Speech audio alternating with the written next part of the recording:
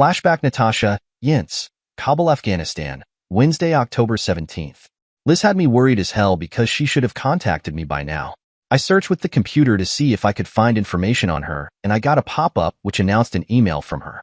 It blew my mind because it was way outside our established protocol. I read her email and called Linus over. Linus, it looks like Glenn grabbed Liz and Bernie. She sent me an email to my normal account. How would you assess the security risk?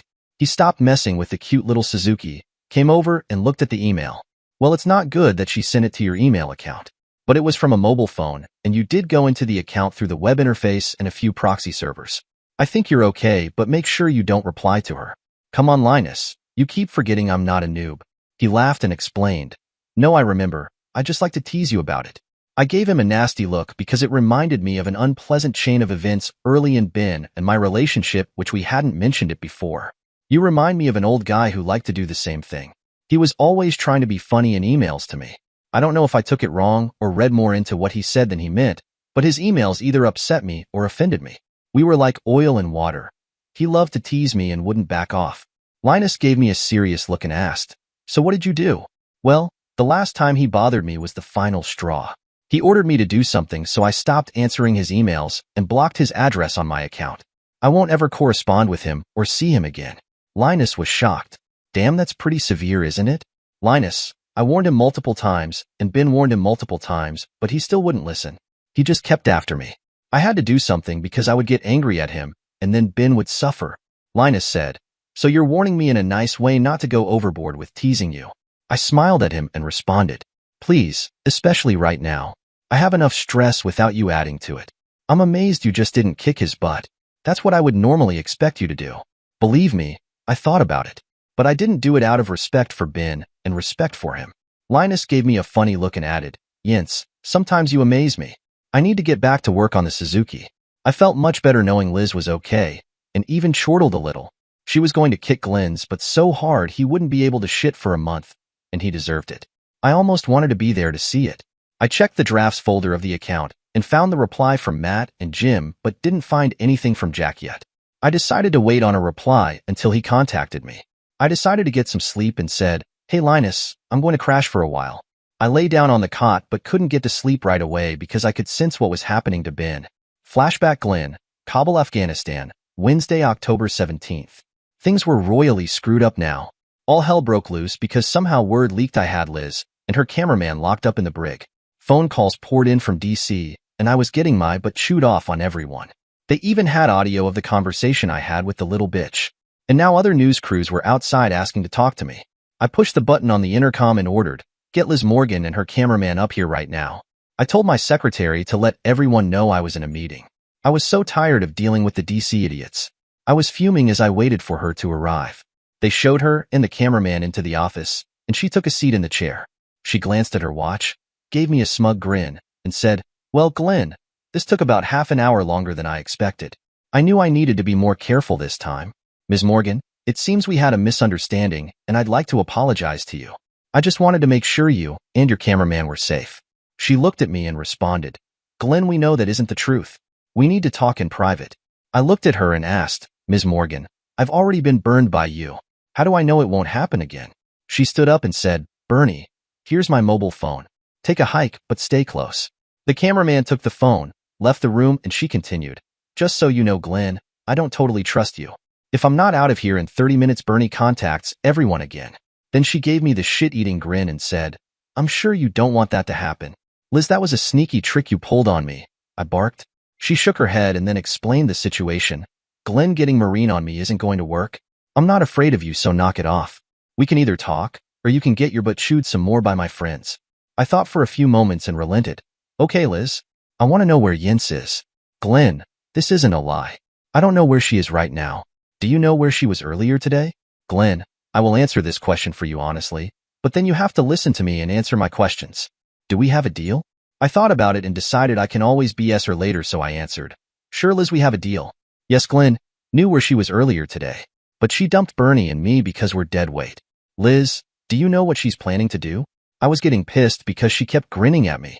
"Glenn, she's doing what you refused to do. She's going to rescue Ben." Liz, cut the crap. Ben's dead. Evelyn keeps showing me the video. The smile continued as she answered with a question. Glenn, did you see or find a body? No. We can't get into the area. Liz next asked, what about the object that flew out of the chopper? Liz, we can't tell what it is. She smiled even bigger. Glenn, I can. We sent the video to the best post-production house in the country. The object is a Marine. Jens says it's been. Liz, there's no proof it's been. I continue to argue. Finally, the grin left her face, but instead she looked upset. And there's no proof it isn't been. What about Jens? Don't you believe her? Evelyn says she's just consumed by grief. We need to find her and bring her home for therapy. So if you know where she is, I would appreciate it if you would tell me. Glenn, I've been truthful with you before and I can truthfully say now, I have no idea where she is. Now I've answered your questions, it's time for you to return the favor. One more thing, Liz. If you hear from here, do you promise to contact me? Glenn, you've used up all your favors with me today. It's time for you to answer a few questions. I originally thought Liz knew where Jens was, but I now believe she doesn't. I'm not real happy about the whole situation, but I reply, okay, Liz, I'm ready. I watched as she almost physically transformed, and she became a hard news reporter. General, first you should know I don't really trust you and I never have. I tolerate you because you're Jens' father. All my reporter instincts tell me something is going on, something dirty. You'd better hope you're not involved because I will hang you if you are. Liz, I started but she interrupted me. That's Ms. Morgan to you right now. Ms. Morgan, I don't know what you're talking about. General, let me lay it out for you. First, Jens and Ben almost get killed at the sniper competition. Did you investigate who hired the Russian hit men masquerading as snipers? Ms. Morgan, we just assumed it was Middle East terrorists. She gave me a sharp grin and said, you know what happens when you assume? You make a mistake out of both of us. I'd suggest you have it looked into, because something doesn't feel right to me. Liz, she shot me a disapproving look. So I corrected myself, Ms. Morgan. We didn't think it warranted an investigation. General, who in the world gave you that terrible advice? I didn't want to tell her the truth, so I lied. One of my advisors. You need to let them go and find someone competent. Next thing you know, they'll be sent on a disastrous mission by General Stockman. You need to dig deep into him because he's as crooked as they come. Were you even aware of, or did you authorize the mission? She is treading on dangerous ground, so I hide behind security and answer, Ms. Morgan, because of national security I can't answer the question. She grinned again and replied, okay, you just told me with your answer you didn't know about the mission. So the scumsucker Stockman had some sort of ulterior motive. I guess it doesn't matter that Jens almost died on the mission? I got pissed and retorted. It sure as hell mattered. If it wasn't for Ben, she would have died. That's right. Ben saved Jens' life, and you leave him in a piece of shit country to be tortured and probably killed. What happened to no man left behind? Ms. Morgan, we can't afford to go in right now and recover the bodies. Besides, they were burnt to hell in the chopper. Liz stood up pissed as hell and yelled at me, you stupid fat scumsucker. Except for the one Marine who was thrown out of the chopper. It was Ben and he's still alive. I stood up and answered her, Ms. Morgan. I will not be insulted in my own office by some stupid 304 pretending to be a 2-bit news hack who screws anyone to get her stories. Get the hell out of my office and don't ever come back. She grinned at me. General, you've just made the biggest mistake of your life. I'm leaving and I will be back when I have proof of the conspiracy. You'd better pray to God you're but isn't involved or I'll hang you. By the way, I expect the Marines to pay for my damaged equipment. As she started to storm out of the office, I yelled, don't let the door hit you in your flat butt. Son of a bitch. I don't believe she called me a stupid fat scumsucker. I hope the Taliban catch her and torture the hell out of her. Stupid 304. Flashback Bernie, Kabul, Afghanistan, Wednesday, October 17th. I was in the outer office with Glenn's secretary and Captain Peace, and we heard the whole exchange between Glenn and Liz. She ripped him a new a-hole and then came flying into the outer office and got right in Captain Pierce's face. You'd better have my purse and it had better have all the money in it, or I'm going to chew your butt worse than I chewed the fat scumsuckers. He held out her purse and she snatched it out of his hands and looked inside. She caught my eye and grinned and winked. She was happy with the purse and we walked out of the office. She paused before we went outside as she fixed her makeup and hair, took the money and her IDs out of the purse and threw it in the trash. Bernie, take all you valuables and IDs out of your wallet and throw it in the trash too. I'm almost sure they put bugs or tracking devices in my purse and probably your wallet. I did as I was told and started to say something, but she held her finger to her lips and smiled. We walked outside and there were several news crews waiting. They all ran up and Liz went into her actress mode. They were asking her bunches of questions and she held up her hands. I want to personally thank each and every one of you for reporting this story and helping us to get released. One of the reporters asked, Ms. Morgan, why were you detained? She replied, it's an obvious case of abuse of power. General Donaldson thought we knew where his daughter Sergeant Jennifer Donaldson is hiding. We have no idea where she is, and he wouldn't take no for an answer. Is it true they destroyed all your camera gear? Another asked. Yes, it is. They told us there wasn't room for the equipment in a striker. Come on, those things are huge. So they put it on the back. When it got here, it was full of small caliber bullet holes. I told General Donaldson I hold the Marines responsible for replacing our equipment. I would love to talk longer, but we need to find a safe place to stay where megalomaniacs like General Donaldson won't arrest us. We walked away and I said, damn Liz, you sure got Glenn pissed off. She smiled at me. Yes, it worked perfectly. Thanks for letting me borrow your phone and then taking it back from me. You recorded the whole thing again. I most certainly did, Bernie. You don't think I'd lose an opportunity like this. You would think someday he would learn. So Liz, what's the plan? With BW and now the Marines pissed at us, are we heading back to America? No way. I'm not letting them chase me out of this country. We'll leave when I'm damn well ready to leave and not a minute sooner. But first we're going to get our backup gear and then we're going underground. Liz pulled out her phone and dialed a number. Flashback Liz, Kabul, Afghanistan, Wednesday, October 17th. I didn't tell Bernie, but I was seriously worried about our safety. Once things settled down between BW and the other group, they'd likely come after me again. And after my conversation with Glenn, I knew the Marines wouldn't be able to help us. I only knew of one place to turn, so I made the call.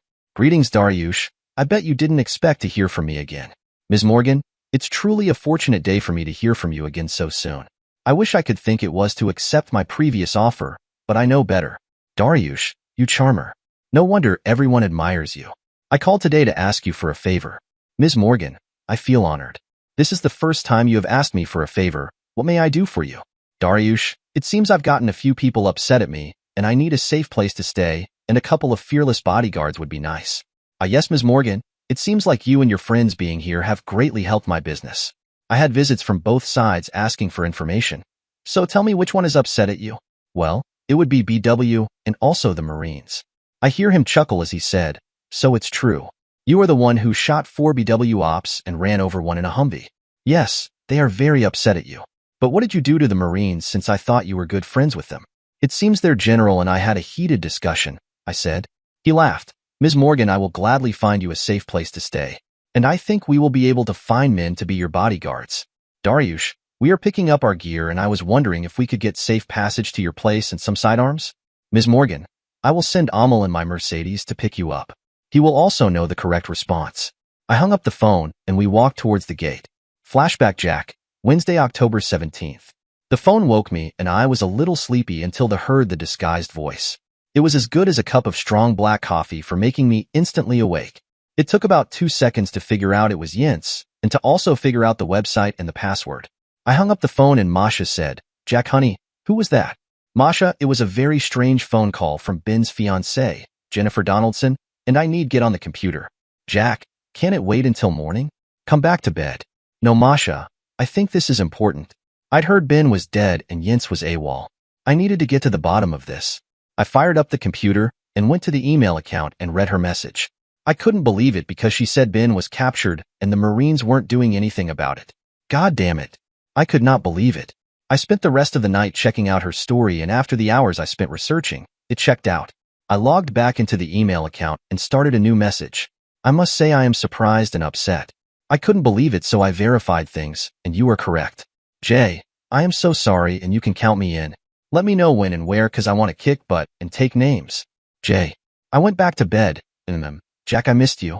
The bed was cold as a Moscow night without you. Masha, I hate to tell you but I need to go away for a while. She quickly sat up. I recalled the day we met and how I became the luckiest man in the world. Jack, is it about the phone call? Yes, Masha. It looks like Ben needs my help. Jack, I thought he was dead? Masha, the Marines think he's dead. But Yinz says he's been captured and the terrors are torturing him.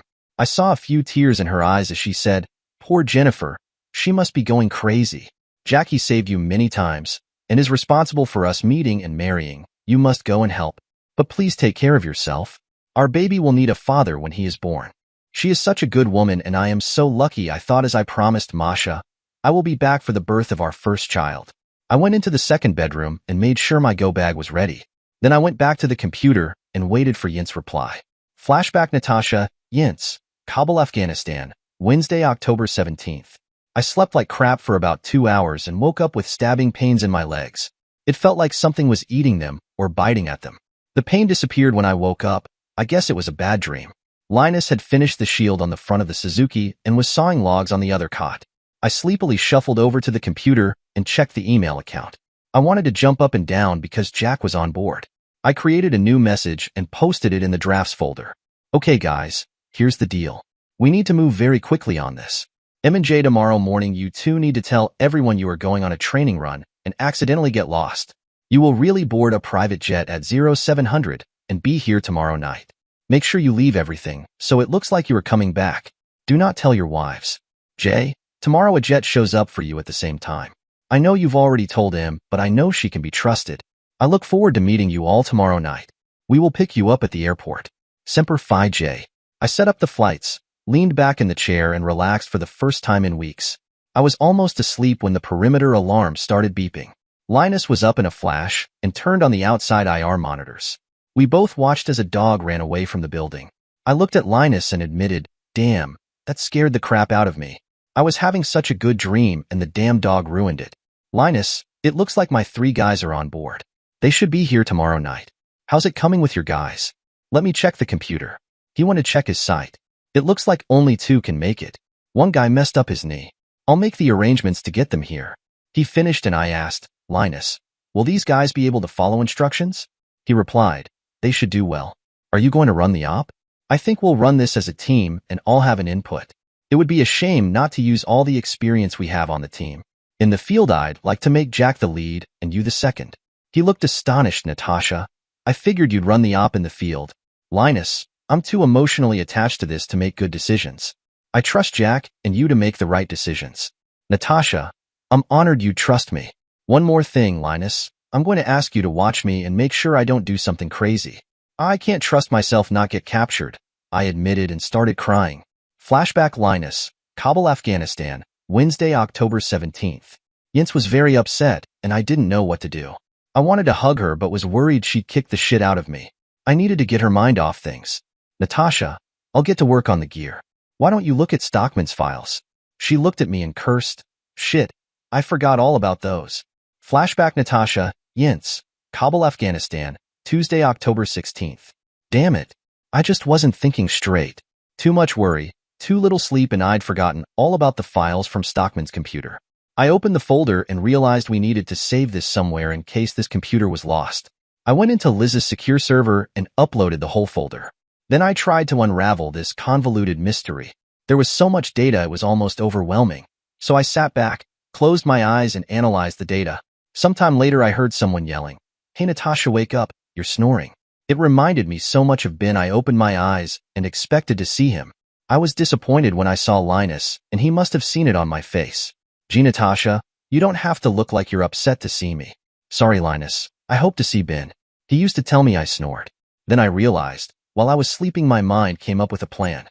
I started a recursive sort on the folder and subfolders by date and copied the results into a new folder. I watched as the screen and hard disk flashed. Shit, there were a bunch of files. But now I would have them in a chronological sequence. After 10 minutes I had the results and started looking at the older data first. There were shipping records, sales records, yield records, emails, but nothing described what the hell it was they were selling. I pulled up the web browser and brought up a map and looked at the areas the records talked about. Slowly I could see things start to make sense, and I was pissed as hell. I stood up, walked to a stationary bag Linus had hanging and started beating the shit out of it. Linus came over, waited for me to finish and asked, "Natasha, what has you so pissed off?" I was sweating up a storm. All my clothes were soaked, but I answered, "Linus, go over and look at the sorted folder and the map I pulled up and let me know what it tells you." I wasn't done, so I attacked the bag again. A half hour later, he came over as I collapsed to the floor, exhausted. "I hope the hell you left something in the bag for me to beat," he yelled as he laid into the bag. 20 minutes later, he was done and said, "Natasha, the scumsucker's been running a narcotic operation." Linus, I came to the same conclusion, but neither of us has looked deep enough. There's other things going on that I can't quite figure out, and I need to do more research. I went back to the computer and started poring over the data again. It was all the same. The scumsucker had been growing, refining, shipping, and selling narcotics ever since he took over the base. There were emails between bunches of people, many of which had IP address information, so I knew the DEA could figure out who they were. This was going to be a major bust. About a year ago, the records showed a dip in their sales, and I wondered what was going on. I found the answer in an email. A competitor started operating close to his turf. The new group furnished narcotics for less money in order to steal their customers. His group was pissed because they had to cut the price and profit of their narcotics to compete. There were a bunch of emails between people trying to figure out what to do. Finally, one from the account I had tagged as Stockman said he had a solution. He was going to send in a 2-person team to recon and maybe take out the building. Someone asked if he was going to hire mercs, and I could almost hear Stockman laugh when he answered he'd been asked by a friend to find a mission for a couple of Marines. I about shit my pants when I looked at the date, and I realized it was the mission bin, and I went on. I went back to the bag and beat it up some more. You son of a bitch, sending us on a mission to destroy a son of a bitch narcotic plant. I'm going to kick your butt so hard your nose will bleed. I was swearing and kicking and hitting the bag until I couldn't even move. I fell to the floor crying, so Linus came over, picked me up, and carried me to the cot. I was crying a steady stream of tears. Linus, the scumsucker, sent Ben and me on a mission to destroy the rival narcotic factory. That was where I got appendicitis, and Ben saved me. Natasha, we'll fry his butt for this. Don't worry, once it gets out he is a major narcotic supplier. Everyone I know will be gunning for him. We hate narcotic runners. I turned over the other side of the cot and tried to puke, but I only had dry heaves. Then I rolled back. Linus covered me and gently said, Natasha, get some sleep. Flashback. Linus, Kabul, Afghanistan, Tuesday, October 16th. I went over and looked at the intel Jens just got through reviewing. Shit, she was right. He sent them on the mission she talked about. I looked around some more and found an email I was glad she didn't see. It was a request for Stockman to find some dangerous mission for SM Blaine. The next email cussed the hell out of him for sending Jens on the same mission and threatened to take him out if he didn't take care of SM Blaine. Finally, there were congratulations for a job well done and a big payment. I hid the emails from Jens because she couldn't cope with them right now. I emailed a few of my other hacker friends with the IP addresses from the emails and asked if they would trace the computers. The addresses were old, but the hackers were really good and I thought they might be able to pull it off. If so, we'd know who all the scumsuckers involved in this narcotic operation were. I sat back and thought about what happened to this information if I died. I went into my personal email account and created an email describing everything, even attaching the hidden emails as proof. I set the send date to 1 month from today and sent it to my entire address book. If I didn't die, I would go back into my email and delete it and it would never be sent. I knew Jens had copied the data to Liz's server, but I decided it wasn't enough. I needed someplace safe and hidden to store the data. I racked my brain because it needed to be the last place someone would look. Then I remembered the old VX server from my college days. I wondered if it was still online and if I still had an account. I also wondered if they left BSD Unix on it. I tried to remember my logon information and digitally headed to where the server used to be. I was greeted with the familiar screens and started filling them in. Username, Linus T, and password. Welcome to OpenVMS on Node CMelon. Last interactive login on Friday, December 11th, 2000, 8:41. Last non-interactive login on Thursday, December 10th, 2000, 11:05. I checked the server and noticed no one had used it for years, but they still kept it running. You have to love old forgotten systems because they are such good places to stash things. I checked to make sure there was enough disk space. There was. Then I uploaded the original encrypted file to the VX server. After it uploaded, I touched the date on the file to make sure it looked like it was stored when I went to school. I set up a process to email me if anyone messed with the file, and then hacked my logon date, time, and the logs to erase any traces of me being in the system. A Unix command lets you change the create time and access time of a file. Now I felt better. Very few people would think of looking on the old server for anything. I looked over, and Jens was still sleeping but not soundly. She wriggled and made a bunch of noise when she slept and snored occasionally. It wasn't as bad as the other SEALs I used to work with. I checked the perimeter one more time, and then crawled off to sleep in my cot. Flashback. Liz, Kabul, Afghanistan, Wednesday, October 17th. As we waited just inside the base gate, we could hear occasional gunfire coming from Kabul. It seemed like we had stirred up a lot of trouble. I had upset BW and the Marines, while Jens and Linus had angered the local population. I just hoped those two weren't in the Humvee when it crashed into the mosque. It wasn't the plan Jens had outlined. It was even more reckless. Bernie looked at me and asked, Liz, can we trust Dariush? Isn't he an arms dealer? His walls are covered with weapons. I looked at him and replied, "That's just a front to confuse people because he never really sells arms to anyone. He's a gun nut and loves collecting weapons, so that's why his walls are covered with them. He's actually an information dealer. I went to see him, and that's where I picked up the BW tale. I think right now he might be the only one we can trust." We watched, and even though I'd never seen Amal, I could identify the car when it drove up. "Let's go, Bernie. Our ride's here." We walked out the gate and up to the car. The driver lowered the window of the Mercedes 600. "Amal?" I asked. His eyes darted around, and he finally looked at me and said with a heavy Arabic accent, "Ms. Morgan?" "Yes." "Let's see if today is Wednesday. Tell me, how is the weather in Warsaw?" His eyes darted around again. "The weather in Poland is perfect for making pierogi and potatoes." I heard the doors unlock, and we jumped in the back seat. He glanced at us in the rearview mirror. "Where to, Ms. Morgan?" I gave him the address of the hotel where our rooms were, and he looked relieved. "Sorry, Ms. Morgan, I do not like coming so close to the Marine base." I looked around at the inside of the Mercedes. "So is this one armored?" "Yes, Ms. Morgan. You are totally safe once I lock the doors." "Do you mind if I lock the doors?" I worried for a moment but asked, "Will I be able to unlock them?" "Yes, you will not be a prisoner. Mr. Faisal would not be happy if you were unhappy." He locked them and I unlocked them right away without problems. So I locked them again. "I think you're supposed to have a package for us." He handed a bag through the window for us. I opened it up and laughed. Right on top was a Desert Eagle .50 ANE and a note. Desert Eagle is a 50 caliber gas-operated semi-automatic pistol designed by Magnum Research in the U.S. and manufactured primarily in Israel by IMI, Israel Military Industries, now Israel Weapon Industries. I unfolded the note. "Ms. Morgan, I hope you enjoy my little joke. I thought you might need something to smile about. But a woman as beautiful and sexy as you will know how to handle such a big gun. Dariush." I looked underneath and found two Jericho 941s in .45 ACP. Just for fun, I put both holsters on my web belt, the Desert Eagle on the right and its baby brother on the left. I handed the other Jericho to Bernie, and he slipped it on his web belt. Bernie grinned at me and commented, "That's a hell of a hog leg he gave you." I chuckled and said, "Dariush gave it to me as a joke. In fact, two jokes. An Arab giving us weapons manufactured in Israel. I've fired the Desert Eagle before, and it kicks like a mule. But people will think twice about messing with us when I have this cannon on my hip." Amal cleared his throat. "Excuse me, Ms. Morgan, but you are only partially correct. Yes, the Desert Eagle was a joke. You are being videoed, and he will get many hours of laughter out of your response. However, Mr. Faisal wanted you to have the best pistols he had. That is why he personally chose the Jerichos." I looked up and saw the video camera.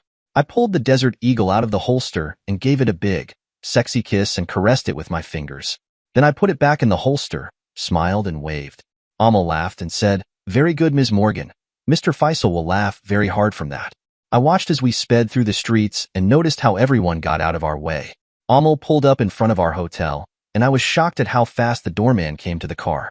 He didn't let him open the door until he confirmed the identity of the doorman. Then we all walked inside, picked up our keys from the desk, and went upstairs to our rooms. I opened the door to my room and was instantly pissed off. Someone had tossed my room, and it was a huge mess. Clothes, equipment, and luggage were strewn everywhere. There was a note written on the mirror in my lipstick, "Eat shit and die, bitch." Amal grabbed his mobile phone, stepped out of the room, and made a phone call. I started picking things up and was grossed out because they had used some of my best undies for nasty things. This means, if they were like most men, they had been in my room for only a couple of minutes at the most. I started picking up the stuff which wasn't ruined and putting it in my suitcase. The other stuff I threw in the trash can.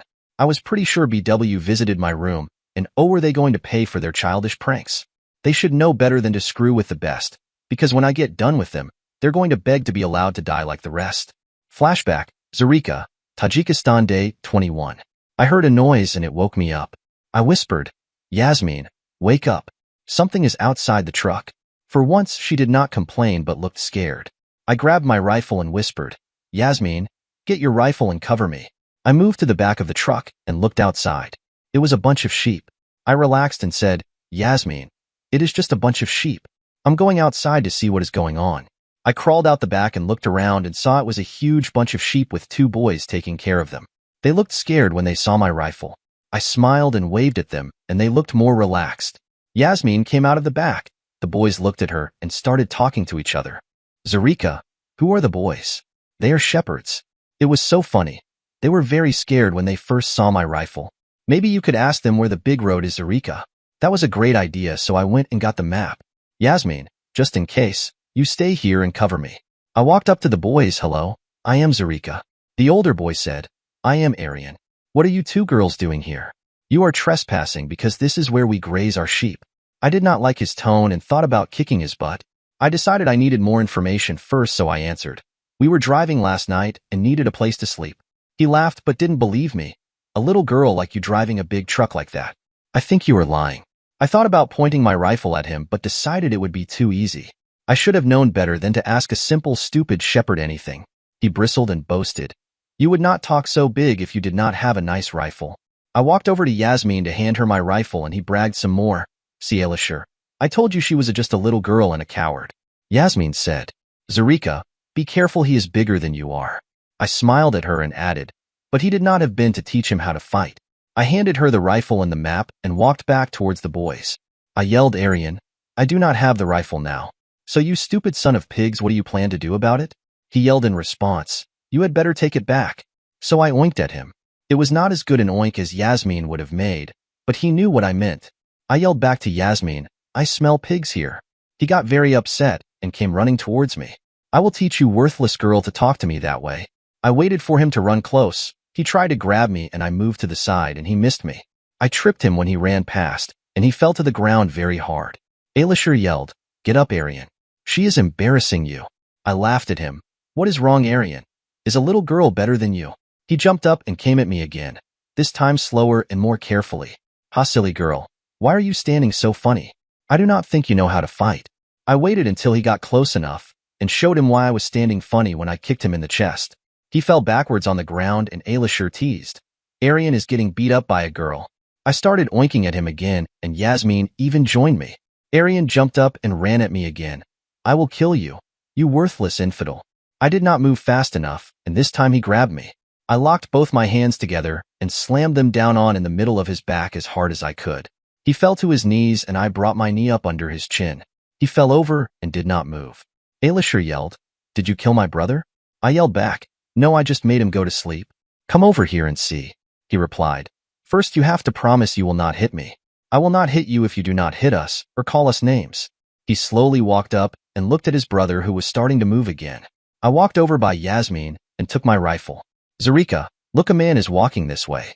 Yasmin, you hide behind the truck and cover me. I will wait here and see what he wants. Yasmin hid behind the truck and I watched the man walk up. Aryan was awake now and said, that is Papa, you will be in big trouble now. I watched him as he walked up and Aryan lied to him. These girls were parked on our grass and then she attacked me. He looked at me with the rifle, looked at Aryan and then hit him in the mouth. Do not lie to me, Aryan. I can tell she did not attack you.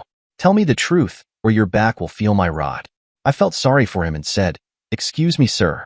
We just had a little disagreement and things became crazy. I am not hurt. He looked at me and looked at his son. Then he walked towards me. I made sure I was ready with my rifle.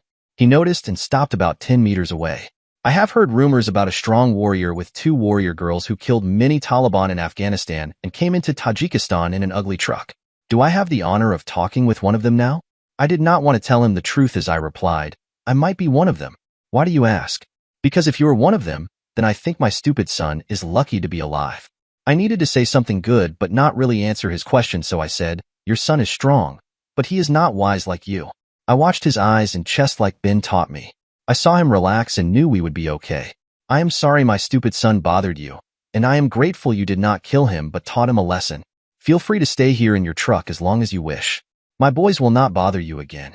I lied and said, my husband and his second wife thank you for your hospitality, but we will leave now. Not many people come here. Are you lost? I did not know if I should trust him, but we needed to find the big highway. Yes, sir. We are looking for the big highway. He pointed down the road in the same direction we were going after we turned around. The big highway is about a half-a-day drive in that direction. Thank you, sir. Now please back up and we will leave. He backed up and I walked backwards towards the truck so I could watch him. Yasmin said, I'm getting in the truck, do not be worried when you hear me.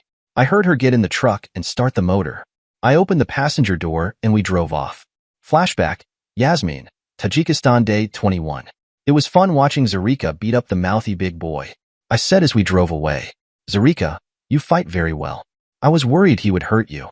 I knew he would not. but it was hard not to hurt him badly when we fought.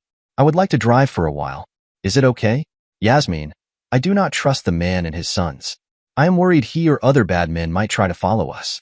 I think it would be better if you watched out of the back of the truck to make sure we are not followed. I looked at her and agreed. I think you are right. I will pull over up here. I stopped. We both took care of some business, then we jumped in the truck.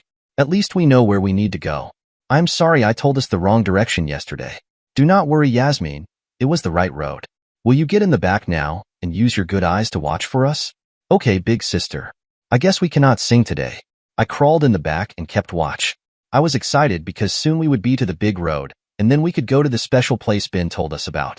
Once we were there, we could start working on my plan.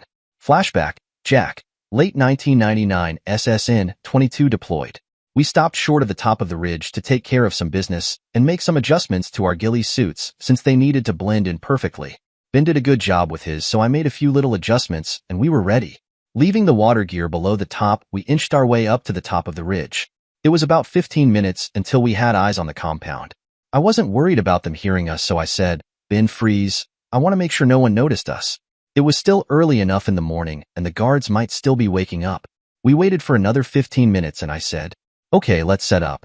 We slowly moved our gear into position. Ben had his M40 and I had my M25 and spotting scope. Because he only had one thing to set up, he was scoping the compound long before I was. Jack, quick, take a look at about 2 o'clock and tell me what you see. I moved the spotting scope and watched as some guards escorted 3 men across the compound to a different building. The men were in shackles, dirty looking and tired. Son of a bitch, Ben. I think those men are part of a SEAL team. I zoomed in for a closer look and saw blood on their BDUs and bruises on their faces. I glanced over at Ben and he said, Jack, I'm not sure if they're SEALs, but they're sure as hell prisoners. We can't leave them there. Ben, I hate to tell you this, but we have our orders. And as much as I hate to say it, he has a whole army and all we have is each other. Yes, they're prisoners, but we can't do anything about it. We need to kill the scumsucker if we can and then get back to the boat and see if they can mount a rescue mission. Jack, it's not right. I was shocked when he swore because he almost never swore. You know as well as I do, when we kill the rat scumsucker, they will kill all the prisoners. We need to rescue them. I looked at him and hated to do it, but I ordered, LCPL Blaine, we have our orders and we will follow our orders. You will obey me on this. You understand? He said in the most sarcastic tone I'd ever heard. Yes, sir. We spent the rest of the day mostly in silence waiting for our target, but he never showed up. Flashback, Ben, late 1999, SSN 22 deployed. I spent all day mad as hell at Jack. We saw them move the prisoners around several more times and I wanted to tell him we needed to rescue them, but he had made up his mind and done a piss-poor job. To me, rescuing the prisoners was more important than killing the scumsucker. I didn't like it, but Jack went all Marine on me. He tried a couple times to reason with me. Ben, look, I know you're upset at me, but you know this is the right decision. Yes, sir, I know you say it's the right decision. You know there's no chance of rescuing the prisoners? Yes, sir, I know you know it. You're a hard-headed scumsucker sometimes. Yes, sir, I am, he said. Smart Alex, son of a bitch, and then didn't say anymore. It was fine with me, because I was working on my own plan to get those prisoners out of there. Flashback, Jack, late 1999, SSN 22 deployed. I'd been waiting for Ben to take more command and initiative, and he chose the wrong time to do it. I felt bad as hell about not rescuing the SEALs. Yes, they were SEALs, but this mission was FUBAR enough. At least the kid listened to my orders. I worried every time they moved the prisoners. He tracked them with his M40 and looked like he was going to start popping the guards. He was royally pissed off at me and wouldn't talk at all. The only thing he did was answer my questions like a smart person. I finally gave up and let him stew for the rest of the day. He watched everything in the compound like a hawk when he wasn't yawning. I guess he was tired and hoped that's why he acted like he had a bug up his butt. Night was coming and we needed to make plans. Ben, make sure your NV gear is all set up on the scope and catch some shut-eye. You look tired. I'll wake you up at midnight and you can take the morning shift, he said with a cold tone to his voice. Sir, the NV gear has been set up since we came to the top of this frickin' hill. I tried to inject some humor. Don't call me sir, I work for a living. He looked at me. Sorry, sir, I didn't know you worked at all. If we weren't in the middle of this FUBAR mission, I'd kick his butt. But then again, he did show me he could take me. If we get back from this mission, I'm going to have to be sneaky about kicking his butt for being so sassy. I watched as he curled up and went asleep. Flashback, Ben, late 1999, SSN 22 deployed. I figured Jack would take first watch, so I baited him by faking yawns all afternoon. Well, they weren't all faked. I was tired because I didn't sleep well last night on the sub. I curled up and went right to sleep since I needed my rest for my plan to work. For the first time I can remember, no dreams haunted my sleep. I heard Jack's voice. Ben, wake up. It's your turn to take watch. I stretched a little and replied, thanks, Jack. Why did I ever sleep well? Is anything going on? It's as lit up as a Walmart parking lot and quiet as a cemetery. You don't even need your NV gear. Sleep well, Jack. I'll wake you at dawn. We switched places so I could use the spotting scope. Jack was right. It was so bright I didn't need the NV gear. But looking at it killed my natural night vision, so I didn't look at it. Flashback, Jack, late 1999, SSN 22 deployed. Well, I guess I was right about Ben being upset because he was tired. When I woke him up, he seemed his abnormal self. We had a decent conversation, switched places, and then I went to sleep. Flashback, Ben, late 1999, SSN 22 deployed. I waited all night until it was 2 hours before dawn. I pulled out a piece of paper, my lucky pencil, and wrote Jack a note. Jack, sorry to disobey your direct orders. You can bust me if I make it back. But sometimes you have to do what's right, not what's marine. I have a plan to rescue those hostages, and I hope it works. I'm counting on you because you have my back on this one. Ben. I took off my Seiko watch, set the alarm for dawn, and placed it on the note. I picked up the new Whisper rifle, Jack's MP5, all the ammunition for both, and my wet gear. Then, I carefully made my way down the hill toward the water. There was just enough light to keep an eye out for any traps. I slipped the rifles and the ammo into the waterproof bags and geared up for the swim. So far the plan worked perfectly. I didn't think they'd have any traps in this cove because it was so near the compound, and I was right. It was pretty dark when I entered the water, so I took my time swimming across the cove to the dock. I waited under the dock for the sunrise. I tied the mask and fins to the rebreather and let them sink to the bottom of the cove. I found a ledge under the dock and pulled out both weapons and locked and loaded both. I slipped to the end of the dock and pulled myself up. There was a guard, but he was asleep. One shot from the Whisper, and he was gone. I moved along the edge of the dock and right before the end crawled up on the dock and hid behind some gear and watched and waited. I glanced up at the ridge and hoped Jack was awake by now and had my back. Flashback, Jack, late 1999, SSN 22 deployed. Something's going ding, ding, ding and woke me up. It was the kid's watch and he was gone. I fumbled with the note he left and almost shit my pants. The stupid little shit went after the hostages. The Whisper rifle was gone. My MP5 was gone, but he left me the M40 and the M25. I scanned the compound with the scope on the M40 and saw him hiding on the dock behind a bunch of gear. He even looked up at me, smiled and waved. I should shoot his butt right now, but it's a ballsy and right thing he's doing. I just hope we both make it back from this one. I watch him in the compound to see if I can figure out his plan. I wish he had given me some clue about what he's going to do. I figure it out when I see the guards start to move the prisoners. He rises up and pops the two guards with the Whisper as the prisoners are trying to figure out what's going on. He stands up and runs towards them. I scan the compound and see he's attracted the attention of a guard in the tower, so I shoot the scumsucker. I watch as he reaches the prisoners and searches the dead guards for the keys. Another scumsucker looks out a door, so I send him to hell. I look back and he has the prisoners free, has given one of them the MP5, and the others have the guns from the guards. I'm thinking it's time to get your butt out of there before all hell breaks loose. I want to shoot him when they all start running towards a building in the back, not towards the dock and the Zodiacs. But I'm too busy taking out scumsuckers swarming out of the buildings. I empty the M40 and haul the M25 next to me and continue. They make it to a building and enter it, so I keep firing at any target I see. Flashback, Ben, late 1999, SSN 22 hostage rescue. My plan worked great. I killed the guards and released the SEALs. I wanted to book it to the Zodiacs. One SEAL said, "Wait, there are still 2 more of us in cells in that building." I yelled at him, "Ora, let's go get them." I heard them say behind me. I thought he was a SEAL, but he's a Marine. Jack was doing a great job covering my back. We hit the door to the building, and it was a huge firefight to get to the prisoners. But shit, I had 3 SEALs to help me, and it was as good as having a whole army. They took the keys off the dead guard and opened the cell doors. Then they helped the 2 wounded SEALs out of the cells and armed them with liberated weapons. One of the SEALs asked me, "Where's the rest of your team?" "He's up on the ridge sniping anyone who sticks their head out of a building." Are you telling me there are just 2 of you?" "That's right. We're a recon sniper team. I'm his sniper and he's my spotter." "What's the rest of your plan?" "Well, I thought we'd make it to the Zodiacs and then head over pickup Jack. We have a sub waiting for us out in the bay. I guess they will have to surface to load all you guys. Let's move it. The firefight getting out was even worse than getting in, but I'd gained 2 more SEALs and these guys were pissed off and motivated. We'd work our way up the hallways and covered each other. They used hand signals for everything, but I figured the signals out right away. We finally made it to the door and one SEAL looked at me and said, "You're bleeding." Yeah, I caught a round on the edge of my arm, but it's nothing. Better let me go first so my spotter doesn't shoot you guys.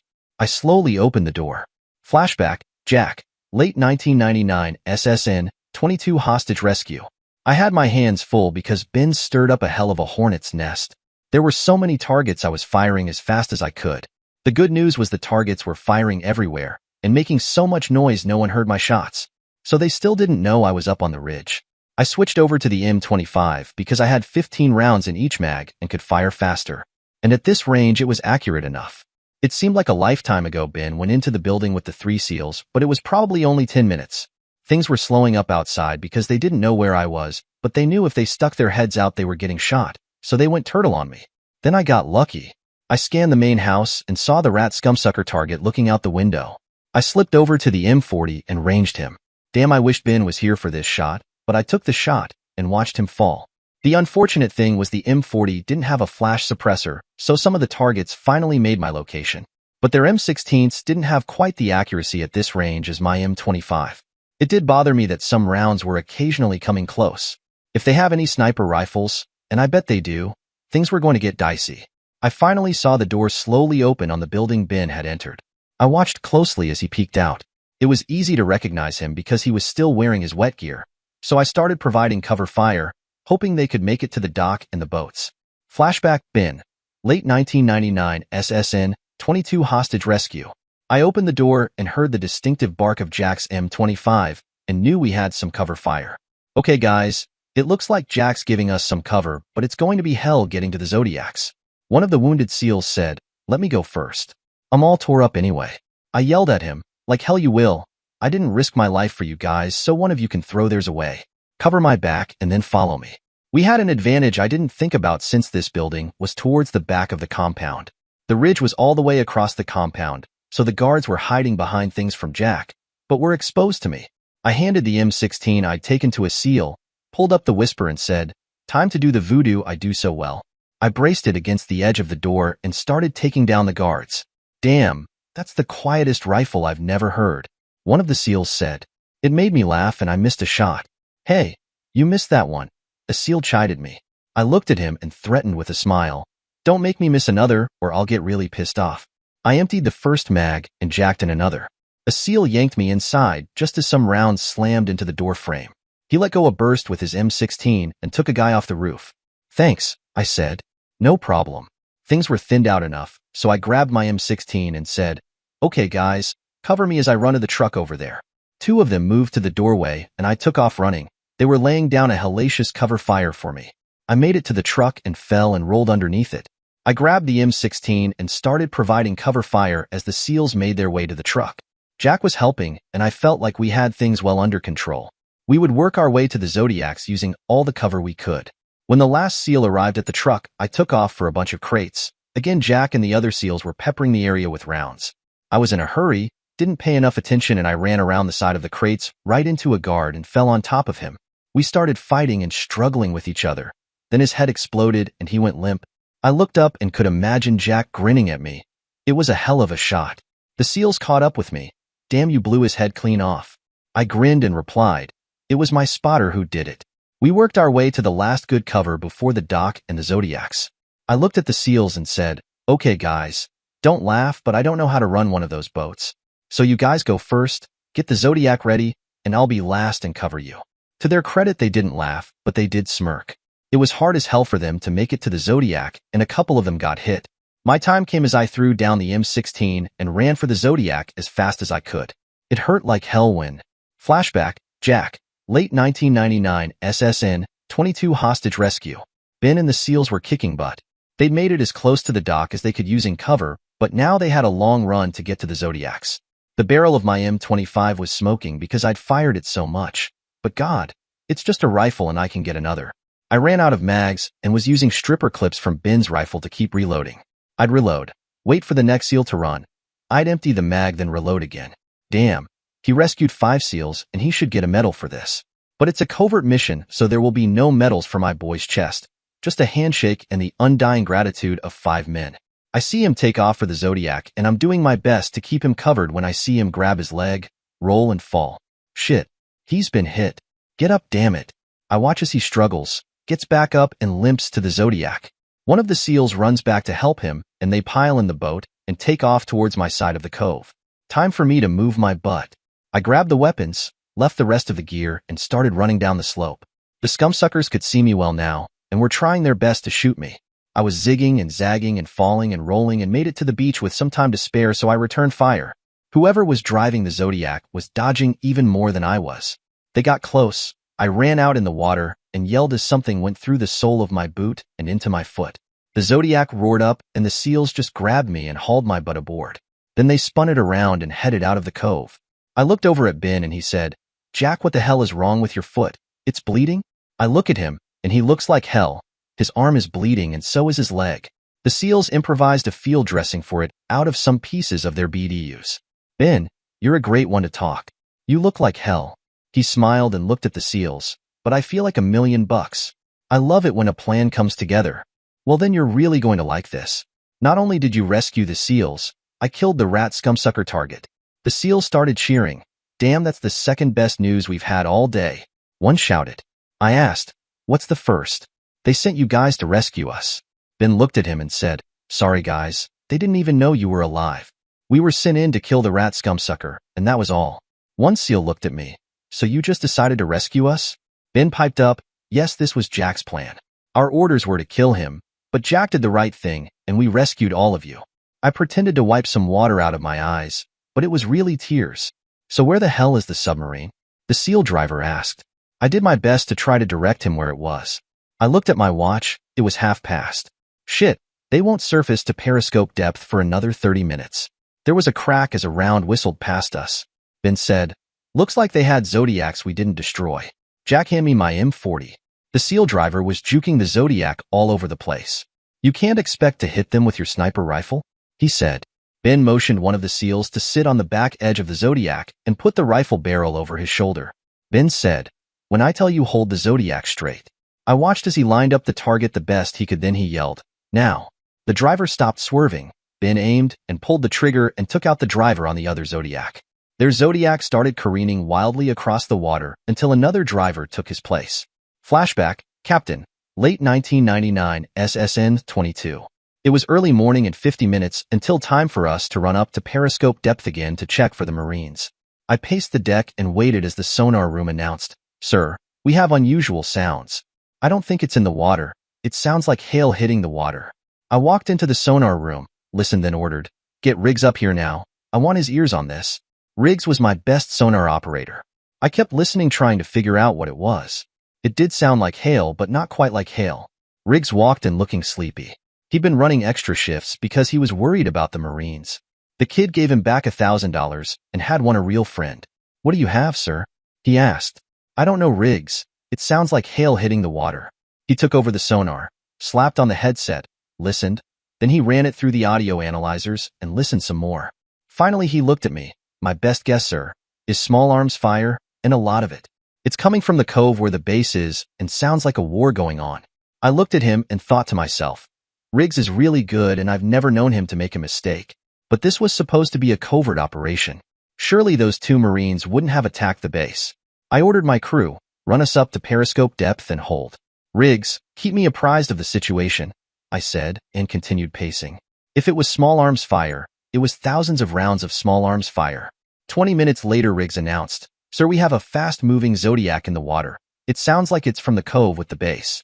I paced some more and noted to myself this was a deviation from the norm. We heard Zodiacs all the time, but they never moved fast. They were all slow-moving patrols. I walked into the sonar room and Riggs said, "It's still in the cove, sir." I put on an extra set of headsets and listened. The sound of the Zodiac changed and the small arms fire decreased.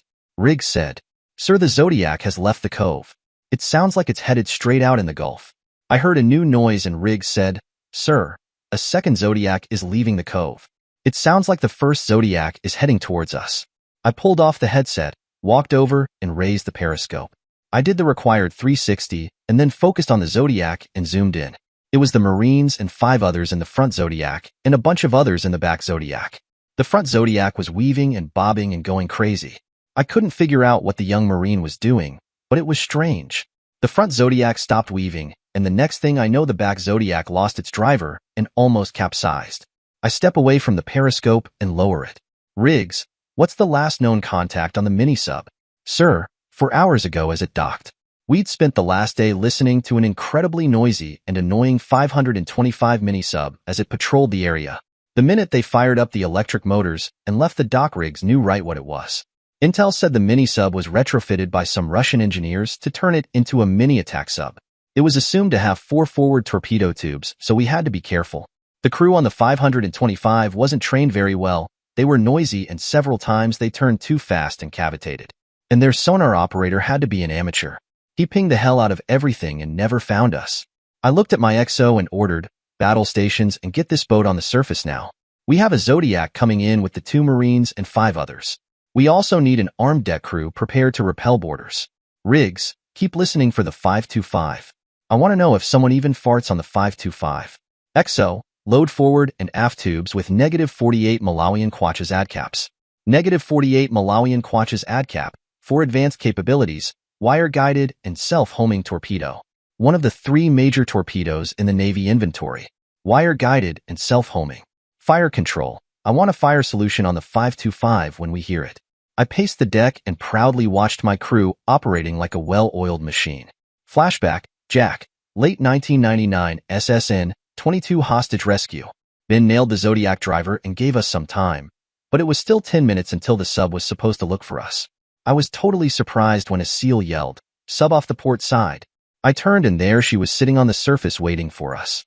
I watched as the hatches opened and armed crewmen started boiling out on the deck. The SEAL swung the Zodiac around and headed towards the boat at full speed. The other Zodiac gained on us until the crew on the sub fired at the second Zodiac. I guess they figured they didn't stand a chance and turned around. The SEAL drove the Zodiac right up to the side of the boat and tossed them a line. The driver yelled, "Lieutenant Graves, SEAL Team 2 reporting and asking permission to board." The XO grinned. "Permission most certainly granted. Sir, requesting assistance for the wounded." It lit a fire under the crew, and we had so much help they almost swamped the Zodiac. Ben and the lieutenant were arguing which one was going to be the last off the Zodiac. "We heard from the sail, XO. Get those men on my boat now. We have a positive contact on the 525. The lieutenant said. "Marine, I order you to get on the boat now." Ben grabbed his hand and said, "We'll do it together." I practically laughed because it was more like the lieutenant hauled Ben's but on the boat. We were hustled below. The hatches slammed and the sub dived. Flashback, Ben, late 1999 SSN 22. The captain came over and shook Jack's hand and said something I didn't hear. He came over to me and shook my hand. "Marine, LCPL Blaine, I want to thank you for going above and beyond the call of duty and rescuing the SEALs. Now get to sickbay and stop bleeding on my deck." I figured they were going to fight the mini-sub, and I wanted to see it.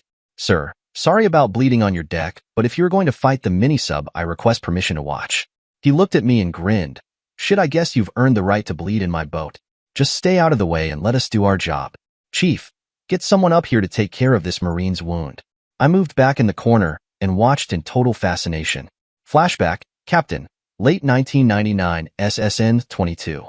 We were on the surface longer than I wanted. The 525 was on the move. It pinged and acquired us, but I was surprised they hadn't fired torpedoes yet. I looked at the XO and asked, "Thoughts on why they haven't fired torpedoes?" "Sir, I think there's too much junk out here for a fire solution." I smiled at him and thought he's going to make a good captain someday. "Good job, XO. That's the same reason we can't get a clear fire solution on them. They were pinging the hell out of us and it was annoying. We needed to get clear of the junk, acquire a fire solution and blow these scumsuckers out of the water. We weren't in any danger right now, so I walked back by the LCPL board yet?" "No, sir. This is incredible. How do you know where the mini-sub is?" I smiled at him. "Follow me, Marine." I walked him into the sonar room. "This is Riggs and he's the ears of our boat and the best. He can tell me everything the other sub is doing by listening. Give it a try." He takes a pair of headphones and listens. "Helm back us out of here slowly.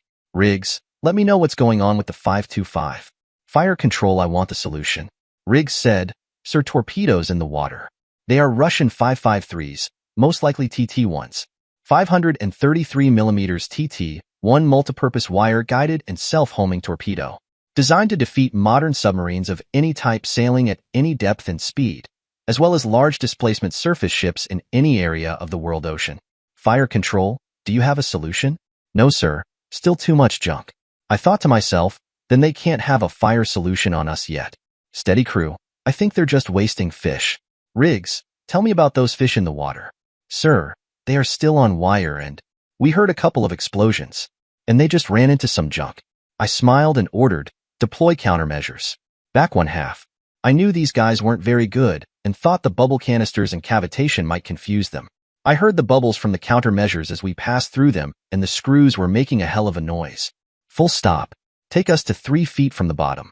Now we needed to wait and see how sloppy these guys were. Riggs reported, sir, they're moving outside the junk area. Fire control. I want the solution.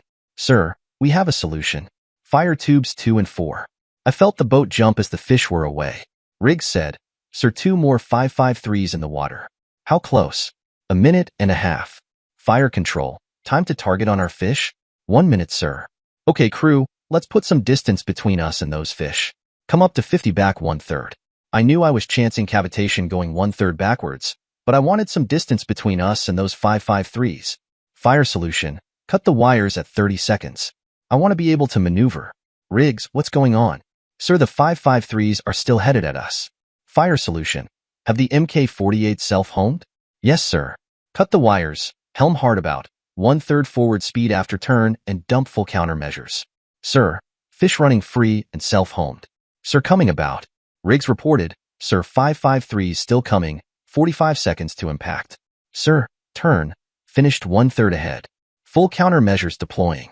I heard the countermeasure firing. Helm, give me 15 seconds of full speed. Dump full countermeasures again, and then chop the speed. I felt my boat lurch and the screw cavitate from the huge speed increase. I watched the clock, and right at 15 seconds they chopped the speed and deployed the countermeasures. Then there were 2 whumps. Riggs? Sir, both Mk-48s hit the target. I hear the escape of air from the 525. What about the 553s? Sir, they lost acquisition and are hunting. I knew the 553s were circling and pinging, just trying to find something big like my boat. I hoped they wouldn't acquire again on us, otherwise my command of this boat was going to be very short. Sir, they acquired, but not on us. They are headed away from us. We waited, and there was a huge explosion followed by several smaller explosions. Riggs, what the hell was the explosion? Sir, the 553s acquired the minefield and just set off a bunch of mines. My crew cheered and I said, excellent job. Stand down. XO, take us back to Diego Garcia. I walked over and LCPL Blaine and Riggs were talking. When I walked into the sonar room, LCPL Blaine stood up but faltered some. At ease, LCPL Blaine. Did you enjoy it? He was so excited it was all I could do to not laugh. Yes, sir. It was incredible. Thank you very much. Riggs looked at me. Riggs? Sir, if he ever decided to quit the Marines, he'd make an excellent sonar operator. I looked at him. Well, what do you say, LCPL Blaine? Want to be a sailor on my boat? He looked down.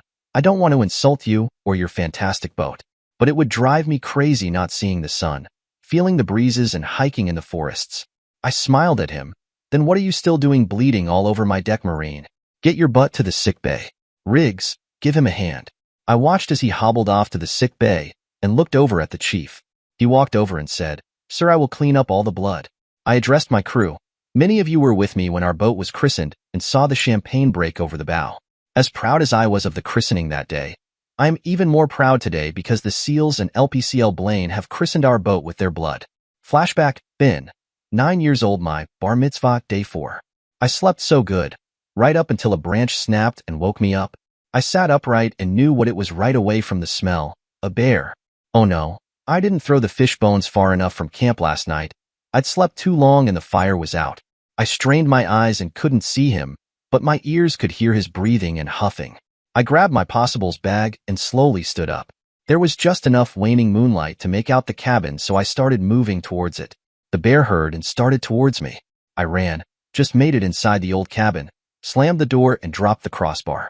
The bear ran up on the porch, crashed into the door, and it shook the whole cabin. He pushed against the door, roared, and then stuck his nose against a crack and sniffed. I'd seen bears before, but they'd never bothered me. Most times I just yelled at them, and they ran off like a scalded dog. I yelled at this bear, and he started banging on the door and roared even more. I backed away from the door as he went back to the pushing and sniffing. Hardbin tried to come and take over the situation, but I fought him because I didn't want him to do something stupid or crazy. I took my knife and tiptoed to the door. He was still sniffing at the door. I looked, figured out where he liked to sniff, and waited. The next time he sniffed at the crack, I jammed my knife through the crack. He let out a huge roar and banged against the door. I rammed the knife through a different crack where his paw was, and he let out another roar. He moved away from the door, and he walked around the cabin and roared some more. He'd then stop and bang against the side of the cabin and roar. I needed to do something to make Mr. Bear leave me alone because I wasn't sure the cabin door would keep him out forever. He came to the back window, broke it out by sticking his head through it, and roared and snapped at me. I noticed some blood and a cut on his nose. At first it scared me, but once I knew he couldn't get in, I started teasing him by throwing things at him. I grabbed a rock and bounced it off his nose.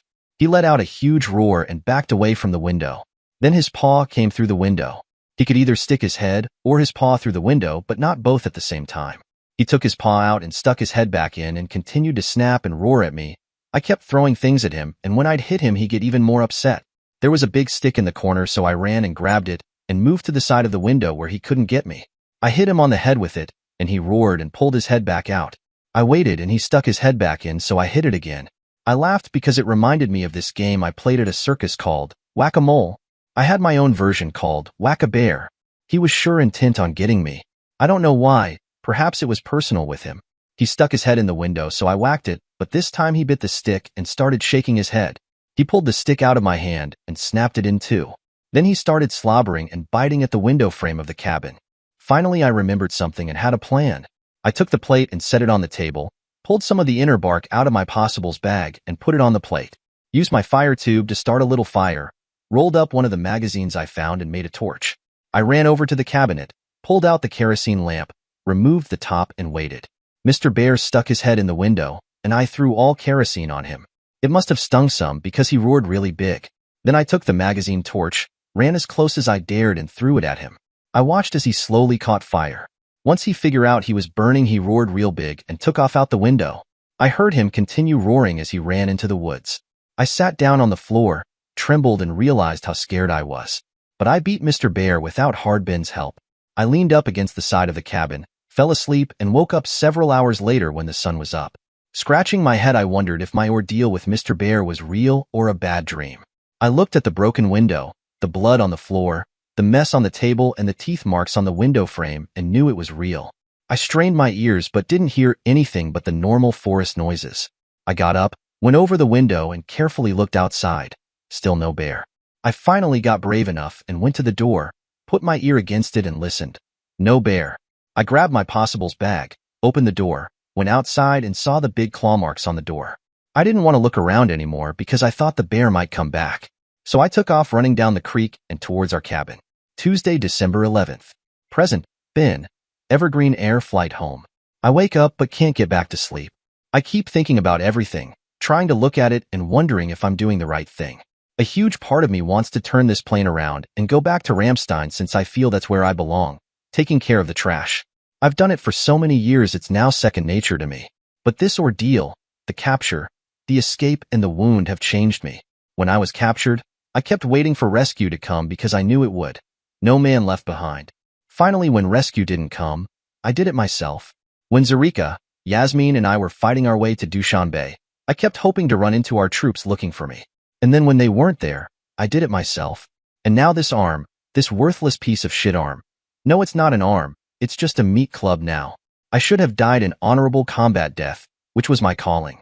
Die young and leave a good-looking corpse. Yints, yints, yints. What can I do now? I've given my whole life to the Marine Corps, and now what? What can a disabled sniper do to make a living? I sure as hell won't become like Dad and sit on the porch of the cabin and drink all day. I look at Yints, noticing her eyes are open and she's watching me. Feeling sorry for yourself? That's not like you, she says. I start to open my mouth, but she kisses me and adds, don't say a word and listen to me. You've been through hell. You've been let down by everyone, even me, and your whole world has been turned upside down. I interrupt, Yints, you never let me down. She looks at me and answers truthfully, Ben, I didn't die trying to rescue you. I know you would have done it for me, so I failed you. It was my turn to get upset. Yince, you saved me. Hundreds of times, I wanted to just give up and die. But thoughts of you, thoughts knowing you were waiting for me, and the feeling you needed to be rescued kept me going. She looked at me like she didn't understand. You thought I needed to be rescued? Yes. The dreams I had of you being in prison showed you were in trouble. I wasn't sure exactly what it meant, but I was coming back to rescue you. I see a few tears start. She kisses me and says, so you fought through hell to rescue me and now we're together again and you're going to give up? Yince, I'm not giving up. I see the fire in her eyes. You are if the thoughts I just sensed are correct. Life will be different, but it's not over. And I promise you I'll make life better for you than it's ever been before. But you also have to promise me you'll try. I turn my head and look away so she pinches me. Hey, what's going on with all the pinching? Don't you turn away from me and answer my question. Do you promise me you will try? I look deep into her eyes, see the anticipation in the promise and answer, yes, Yince, I promise you I will try. She grins and adds an afterthought, I should get it in writing. Then she looks at my arm, but not right now, and finishes with a giggle. It's contagious, I don't believe it, but I'm now laughing about my arm. Present, Yince, Evergreen Air Flight Home. I understand most, but not all, of what my Ben's feeling and going through. I went through much of the same already, but I'm still fighting some of it. When I was captured and failed Ben, I wanted to die. I should have died because he would have died for me. But the shock of finding out what the bitch did to us kept me from thinking straight. Then the screwed up deal with Glenn to keep everyone except me out of prison made me feel like a used up, dirty 304. And I still feel that way.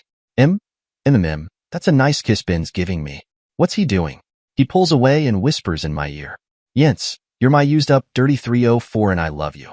I look him in the eyes and say, hey, you weren't supposed to sense that. He grins at me with a grin which normally gets me upset and explains, I've been practicing. You sensed all of it? He grins wider. Oh yeah, every thought. Hey, I'm not sure I like this. He laughs and says much too loudly, payback's a bitch. So tell me more about this, used up, dirty 304 dream of yours. I pinch him and blush. Shoo, Matt and Jim might hear you. He laughs and replies, they're married. Don't you think they already know all women are 304s? I start to get upset but realize Ben just said it to distract me, so I turn the table on him. Is that how you really feel? He just grins at me but doesn't say anything. I take your grin to mean yes.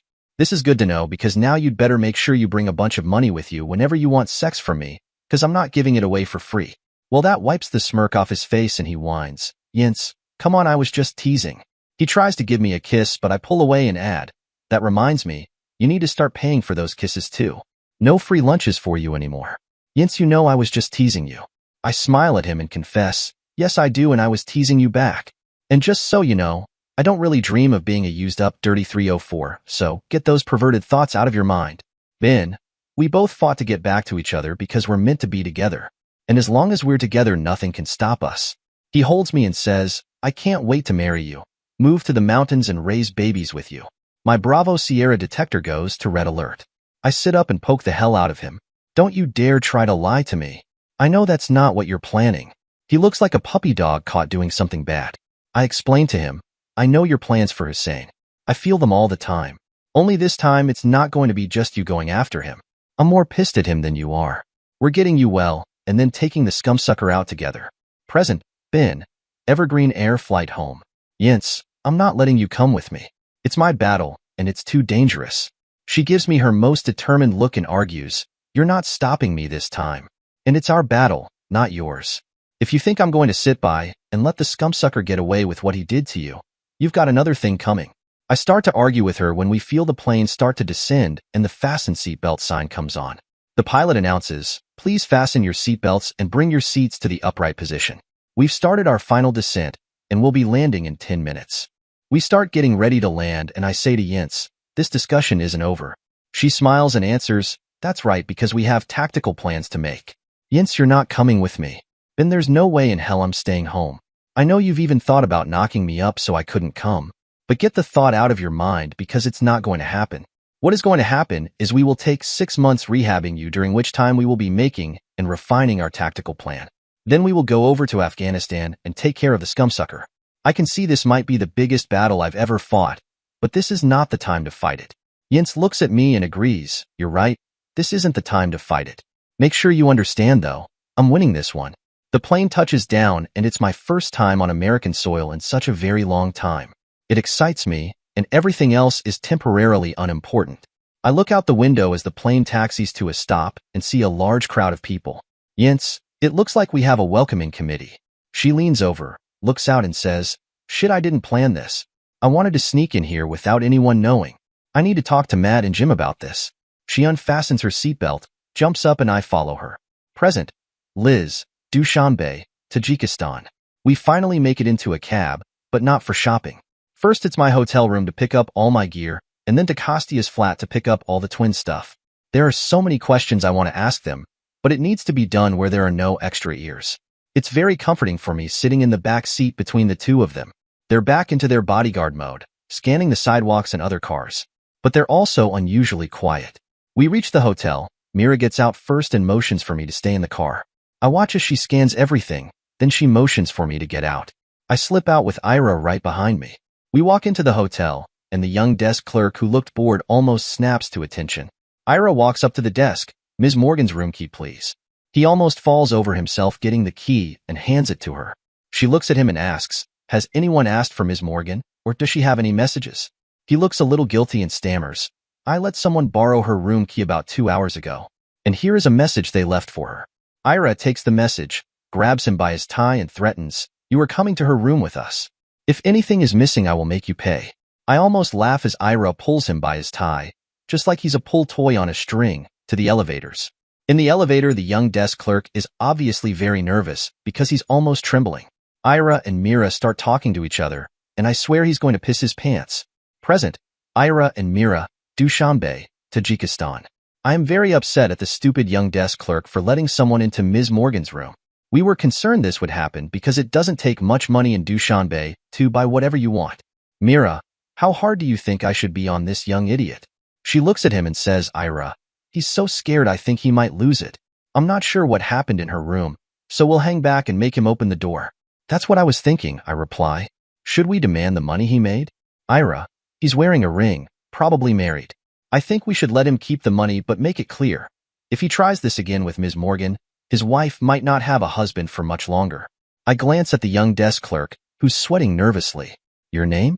"Yes, miss. My name is Slava." I start to pull a notepad from my purse to jot it down, but then I see the note and hand it to Mira. "Hey, that note's for me," Ms. Morgan protests. Mira smiles and responds, "Ms. Morgan, we don't keep secrets from each other." Mira reads the note, and I see worry crease her forehead. She reaches over, presses the button for the floor below Ms. Morgan's room, and draws her gun. I notice and pull mine as well. We're both caught off guard when Ms. Morgan sees us and draws her own weapon. Slava takes one look at the three of us and loses control. "Ira, be kind and do not laugh at him." "Okay, Mira, but what did the note say?" "It is from the Russians. They said are going to take great pleasure eliminating her for killing their men." I look at Ms. Morgan. "Ms. Morgan, are you sure you need the things out of your room?" She looks at me, and I see the questions written on her face. "Ira, I need to know what's going on." "Mira, give me the damn note." Mira hands her the note, but I hold her hand to keep her from reading it. "Ms. Morgan, the note just says the Russians are upset about their men and are going to get even with you." She gives me a feisty look and exclaims, "Ira, let me read the note." I take my hand away and watch as she reads the note. I see the anger as it crosses her face, and she says, "Okay, you too. The note says a lot more than what you told me." "Mira, I thought you said we didn't have any secrets." "Ms. Morgan, I did not think you needed to hear the unsavory details of the note, so I summarized it for you." The elevator stops and we all get off. I'm still dragging the boy by his tie. I know we are in trouble when Ms. Morgan steps back, crosses her arms and starts tapping her foot. "Mira, we are in big trouble. I remember when she did this earlier." "Yes, Ira, she is angry with us." We both look down towards the floor, but Ms. Morgan clears her throat. We raise our heads and look her in the eyes. She glares at us and says, "What did I tell you two about looking at the floor? You told us never to do it again." She continues, "Sisters." I notice the young desk clerk get even more nervous. I am a news reporter and I thrive on details. You will never summarize anything for me again. Do you understand? I look at Mira and we both nod our heads. She says, "So my sister bodyguards, what's the plan?" Mira nods at me and answers, "Ms. Morgan, we are concerned the Russians might have planted a bomb in your room. Since Slava let them in your room, he will open the door while we wait a safe distance away. Slava lets out a gasp and faints to the floor. Mira laughs. Ira, we are more of a man than he is. So what is the plan now? Mira, we will handcuff Ms. Morgan to this deadweight, and then we will have to check the room. She will be very upset at us. It is for her own good. Mira, you do it because I am still slow from my rib and the pills. I watch as Mira slips her hand into her purse. Ms. Morgan steps back in a defensive position and says, "Oh no you don't. I've seen that move before. You put those handcuffs back in your purse." Mira laughs. Ms. Morgan, do not be silly. You cannot hurt me. Mira, I order you to put those handcuffs back. Ms. Morgan, the only way I will do this is if you listen to us and follow our directions. Mira, I thought you had to obey my orders? I laugh and explain. Ms. Morgan, you told us we are not your slaves, so we will obey many of your orders unless it interferes with us keeping you safe. Now will you listen to us, or we will handcuff you to Slava. She looks at me, but it is a standoff. Finally she says, okay, you two win this time, just because I don't want to hurt my sisters. I grin at Mira. She thinks she could hurt us. Ira, remember, she is the one who killed Kostya. We must not underestimate her again. Okay, Ms. Morgan, let us use the stairs. We left the young desk clerk and hunted for the stairs. Present, Liz, Dushanbe, Tajikistan. I was ready for Mira this time. I could tell after reading the note my sisters were going to try and pull a fast one on me. I saw her hand go in her purse and knew the handcuffs were coming. We had a big discussion about it and I got my way, sort of. I need to do something with my sisters because their bodyguarding is going to hamper my work. I still don't totally trust them not to handcuff me, so I watch them like a hawk as we head up the stairs. Mira is in the lead, and when we get to the door, she stops. I watch her pull out her mobile phone and a coiled-up, thick black cable. She unrolls the cable and connects it to her mobile phone, then slips the end of the cable under the door. I peek over her shoulder and find she's looking at the whole hallway. It's a portable snake camera. She finishes and pulls the cable out from under the door. Then she wraps the cable around her neck and lets the camera hang around her neck. It sort of looks like her phone is on a lanyard. I whisper, that's really cool. I want one. Ira says, we will pick one up for you tonight. With the hallway clear, we work our way to my room. Mira stops 3 doors down, takes a key out of her purse and opens the nearest door. There's a couple in the room in the middle of hot sex. The man starts yelling until Mira flashes her badge. I almost giggle as his wood and attitude instantly deflate. Ms. Morgan, you will wait here, while Ira and I check the room. I start to complain and I see her hold up the handcuffs. You will stay in this room. You are lucky we are letting you get so close. Present, Mira and Ira, Dushanbe, Tajikistan. I did not like Ms. Morgan being so close to the room because if there is an explosion, she could be hurt. Ira, we need to do something about Ms. Morgan. She is impossible to take care of. Mira, we need to talk about this and work things out. Remember what happened when Kostya tried to control her? I giggle remembering how badly she embarrassed him. Yes, Ira, it was so very funny. I think I fell in love with her, like a sister when she did it. Me too. Mira, use the snake to check under the door. I pull the camera off my neck and slip the snake under the door. Ira moves over, and we both watch as I move the cable and scan the room. Look, Ira, it is an assassin waiting in her room. Mira, I am going to kill the young desk clerk. Do not waste your ammo on him. Shall we put on the suppressors and get rid of this trash? Mira, can I take the right side of the door because of my rib? Of course, we can switch sides. We put the suppressors on our pistol and each take one side of the door. Ira took the key, put it in the lock, and twisted it. 2 shots came through the door and embedded in the wall across from the door. I thumped the floor to make it sound like someone fell, and we waited. We saw the doorknob turn and I nodded at Ira. We each fired 2 shots and then pushed the door open. It only opened part way because the dead assassin was blocking it. We put our shoulders against the door and pushed the trash out of the way. Ira, I will clear the room. Please cover the hallway. It is good working with you again, my sister. Yes, Mira, I know we need to learn how to work separately, but we make such a good team. It was easy to clear the room because I knew Ira had my back. I double-checked the room just to make sure there are no bombs, go to the door and drag the trash into the bathroom. I roll him into the bathtub and close the shower curtain. I look at the blood on the floor and don't know any quick way to hide it from Ms. Morgan.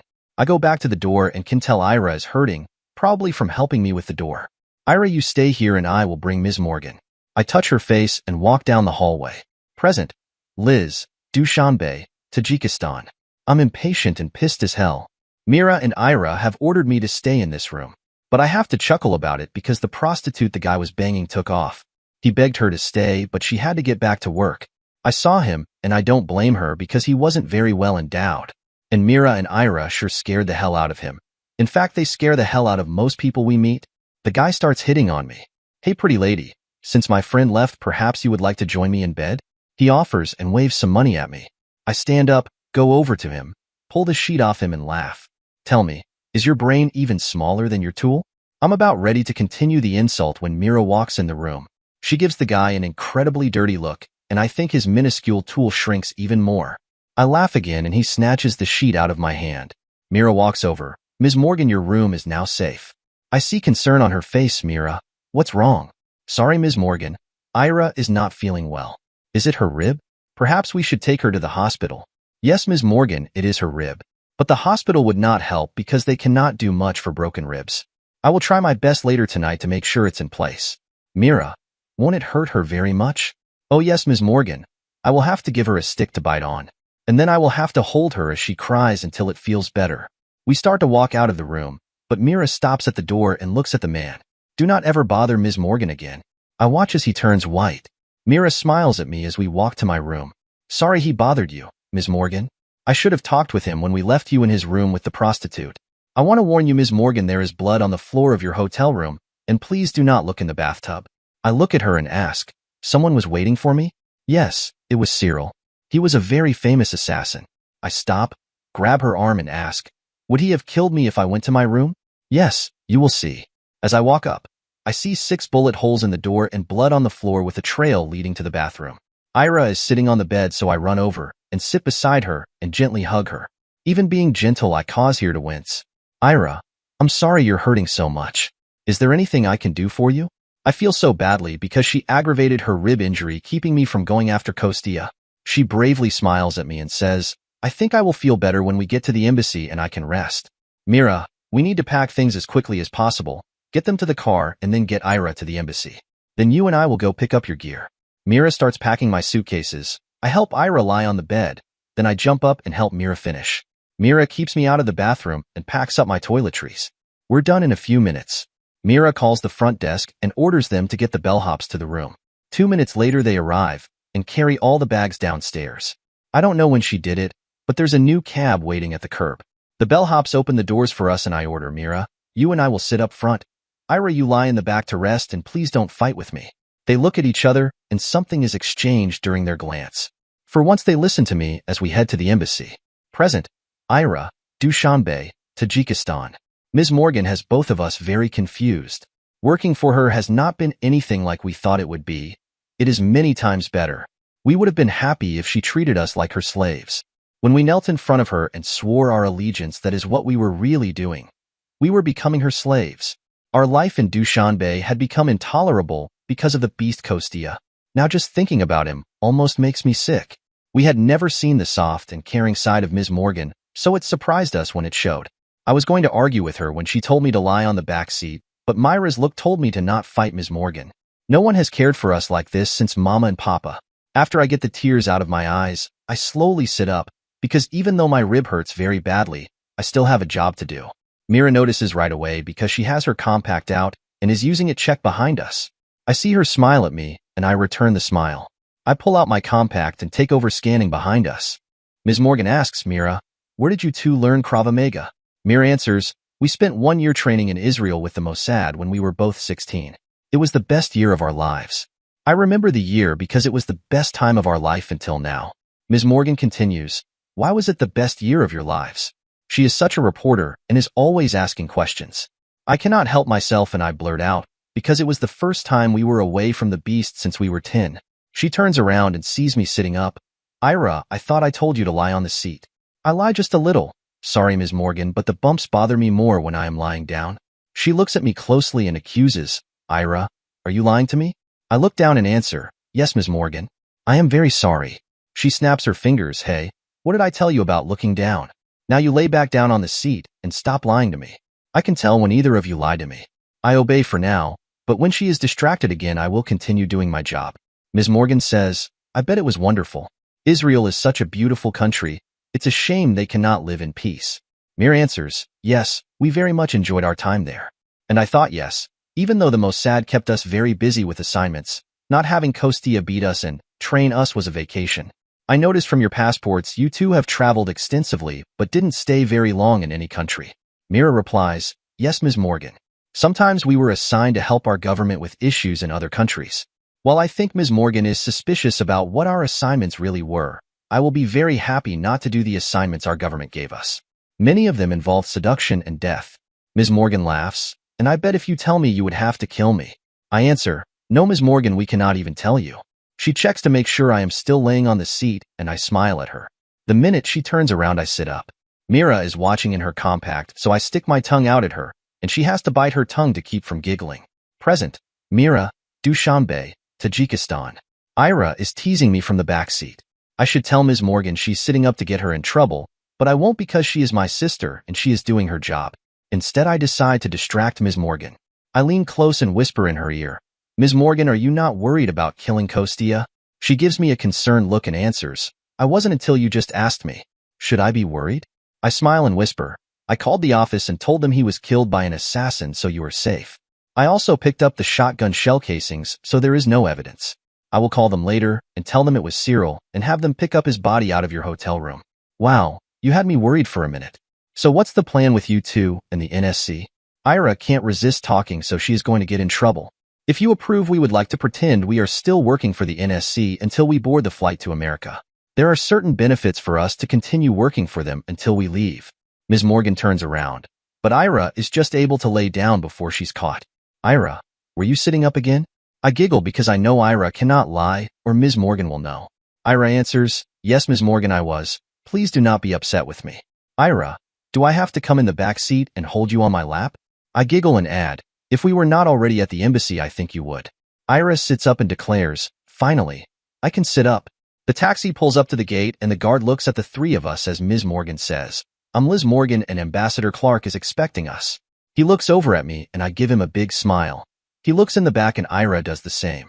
They open the gate and the taxi drives right up to the front door. I see a distinguished older-looking man, dressed in a very fine suit, come out the door and towards the taxi. I open the door and step out, accidentally letting my dress ride up higher than it should. Ira joins me, and we block the man from seeing Ms. Morgan. I hear instructions from behind me, Mira and Ira, that's the ambassador. He's okay. As he walks up to us, his eyes are roving across our bodies. Ira, I do not like him already. He is a lecherous old man. Mira, be nice to him. I will have a talk with him while you and Ms. Morgan pick up our things from the Beast's apartment. We move forward and let Ms. Morgan out of the taxi. Greetings. You two must be Miranda and Irina. It's such a pleasure to meet you. We hold out our hands, and he kisses them instead of shaking them. Liz pushes us apart. Sam, it's good to see you again. How are things? He reaches towards Ms. Morgan's hand and I grab his wrist and put him in a wrist lock. Ms. Morgan swats my rear, and it surprises me. Mira, let go of his hand. Sorry, Ms. Morgan. No one touches you until we are sure they are safe. Mira, you and I will talk about this later. Sorry, Sam. These are my new bodyguards and they take their job very seriously.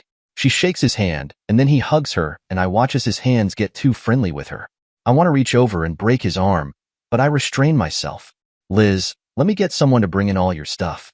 Then we will have some dinner. Ms. Morgan steps back, crosses her arms and looks at him. Sam, first tell me how things are coming with the twins' visas. He gives her an evil grin and replies, Liz, I know how important this is and how appreciative you'll be. The visas are ready, all we need are their passports. She is not done yet, and their naturalization paperwork? His grin became even bigger. I think you'll be even more appreciative since it's in the works and it's expedited. Now, how about dinner?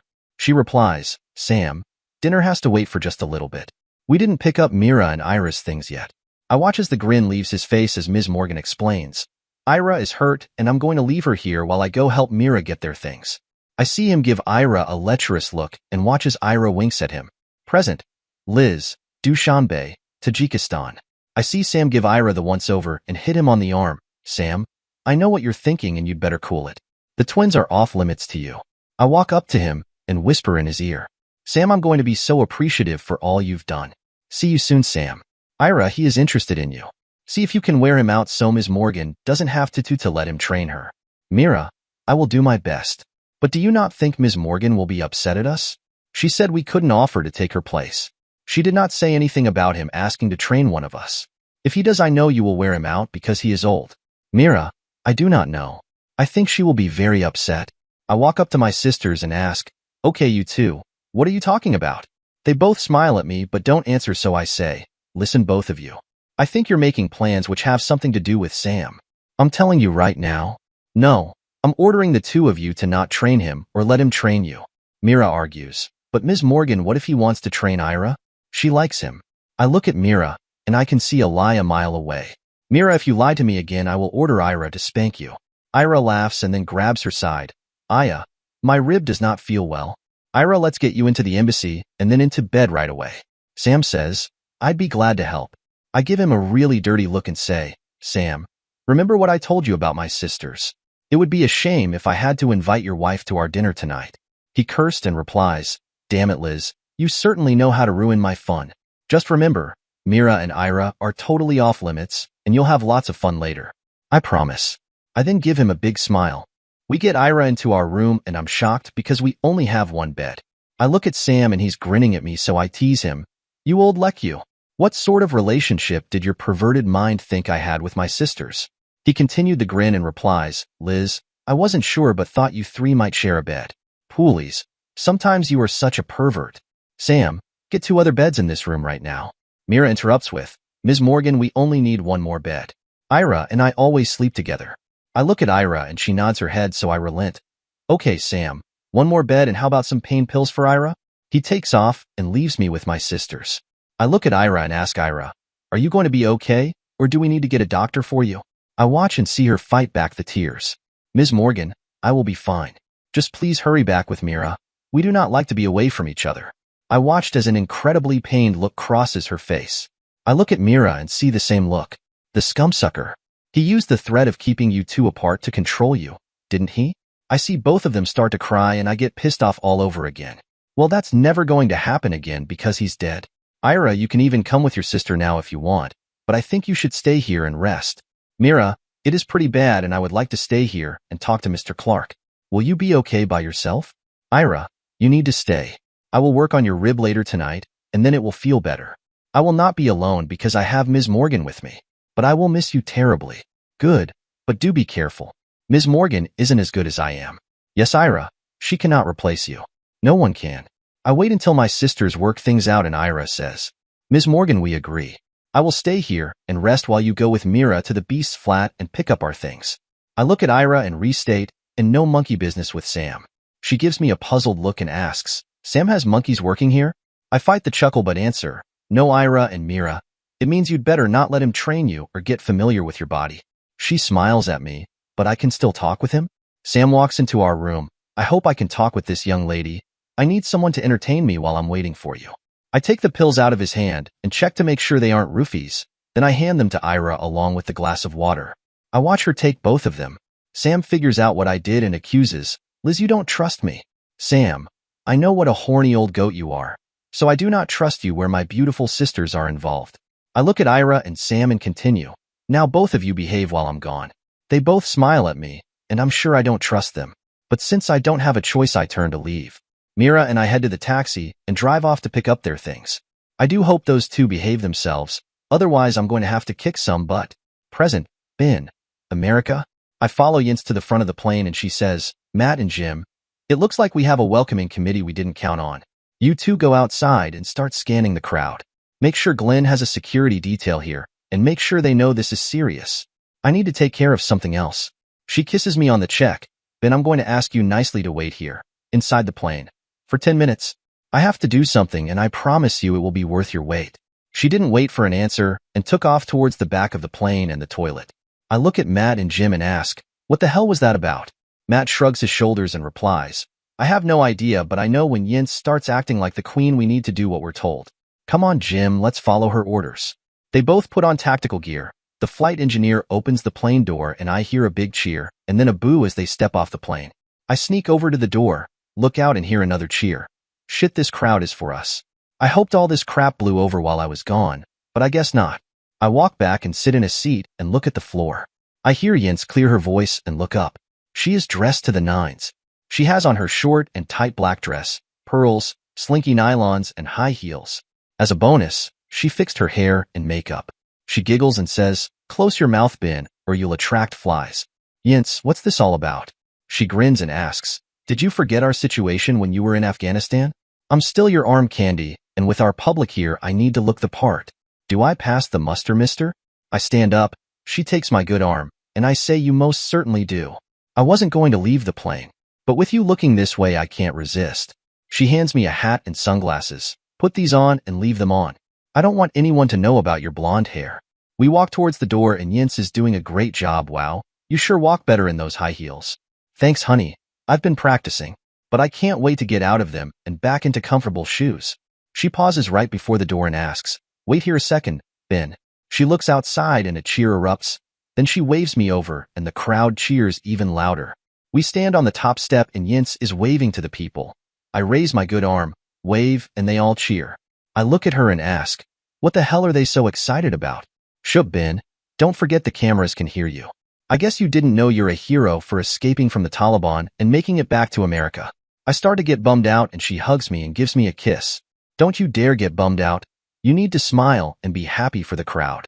She's right and I pretend to be happy, but then it hits me. I'm really back in America. We walk down the stairs and stand on the tarmac. I look at Yince. Then I kneel down and kiss the ground. The crowd goes crazy. She helps me up and then she kneels and kisses the ground. Again, the crowd roars. Then she kisses me on the lips and says, wow, that was good improvisation. What do you mean? It was the only thing I could do. We walk to the waiting vehicles, jump in the back, and they take us to Walter Reed Army Medical Center.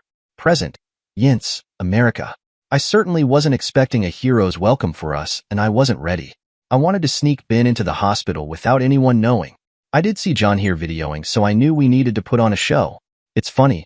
Even though I'm an ex-con, America still loves me. Liz ran all sorts of polls and they feel I was treated unfairly, and were pissed as hell at Glenn and Evelyn. I'm sure Liz swayed the public opinion with her reporting. She kept pounding on the fact Glenn never tried to recover the bodies. And once Ben turned up alive, most people felt my actions were justified, and we were once again America's couple. They even demanded my criminal record be expunged. I'm sure it's more of Liz's doing. I threw on my arm candy outfit and did my makeup and hair the best I could in the short time available. I would look good unless they did a close-up on me, and John was too good to let that happen.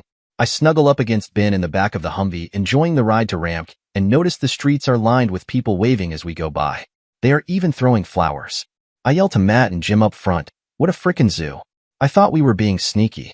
Jim replies, yeah. John said Liz wasn't able to keep things quiet, so she figured she'd make an event of it.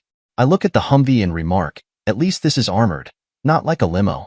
I look at Ben and he's unusually quiet, so I squeeze him and ask, what's wrong my husband to be? He has some tears trickling down his cheeks and answers, Yince, it's not fair. Why am I the only one who gets a homecoming like this? Every soldier who comes home should be treated this way. I smile at him and say, perhaps you should explain this to everyone because they might listen to you right now. Yince, I want to hold a news conference about this. You think we can get Liz back here? I'm shocked. Ben, my Ben, wants to hold a news conference.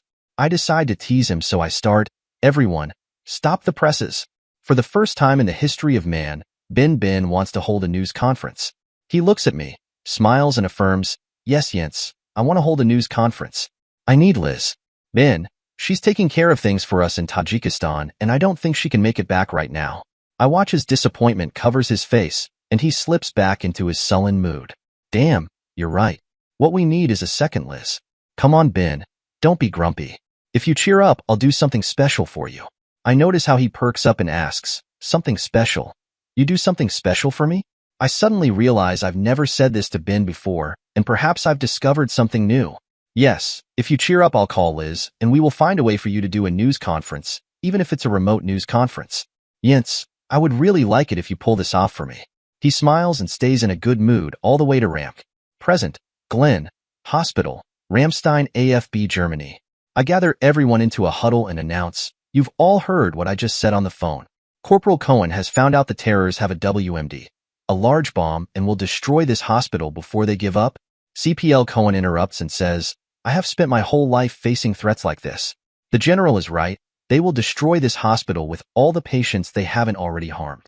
They don't care about civilians, just like they didn't during past attacks.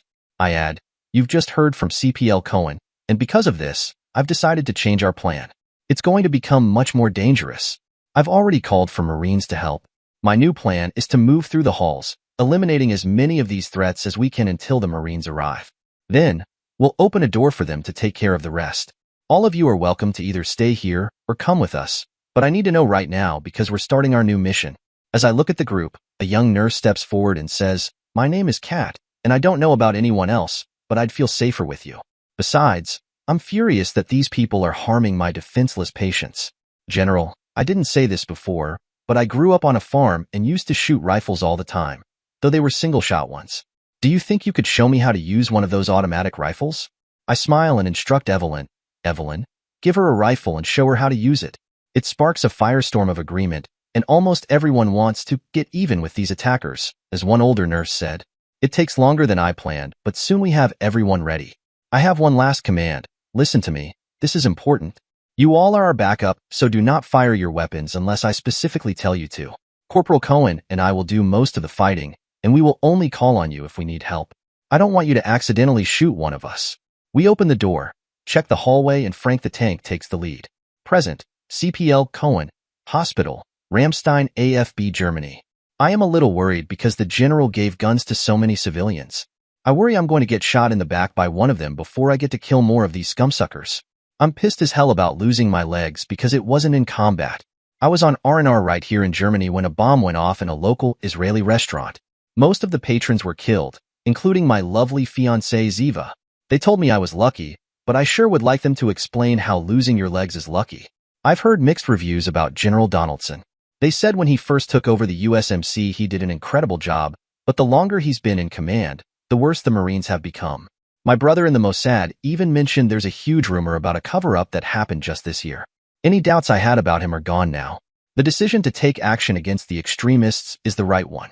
They've been systematically going from room to room, executing patients and causing harm. This is a military hospital, and we're in a war. I just hope I can stop as many of them as possible before I die and reunite with Ziva. The MP pushes me down the hallway, and I wait impatiently with my fingers ready on the triggers of the AKs. As we pass the patient rooms, we can see the aftermath of the extremists' actions. Present, Evelyn, Hospital, Ramstein, AFB, Germany.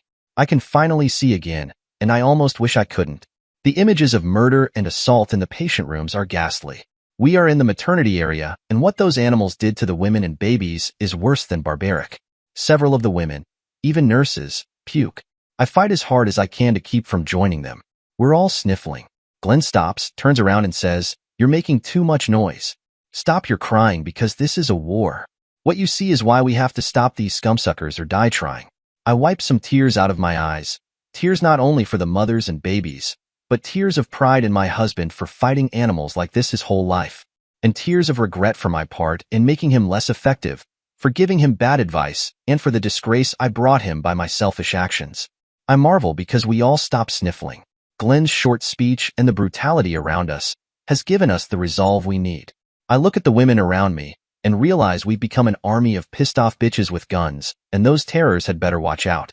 You don't screw with mothers and babies. Frank the Tank and Glenn are kicking butt and taking names, but we aren't getting to release any of our pin-up hostilities because we are in the back and following the guys. So it just keeps building in us until it becomes like a pressure cooker ready to explode. Finally, one of the women hears something behind us. She turns, yells, "I'm going to kill you scumsuckers," and starts firing. I turn around and see a bunch of terrors hot-footed around the corner and yell, "Let's go get the scumsuckers, ladies." We take off after them, round the corner, and catch sight of them again. One of the ladies yells, "Come back, you cowards," and starts firing at them. We all join in and wound two of them. They don't stay wounded for long because we're no longer ladies. We're bitches out for revenge and trample and kick the two of them to death as we keep chasing the others. I don't think the shitheads knew what to think about a large group of angry, screaming women with guns.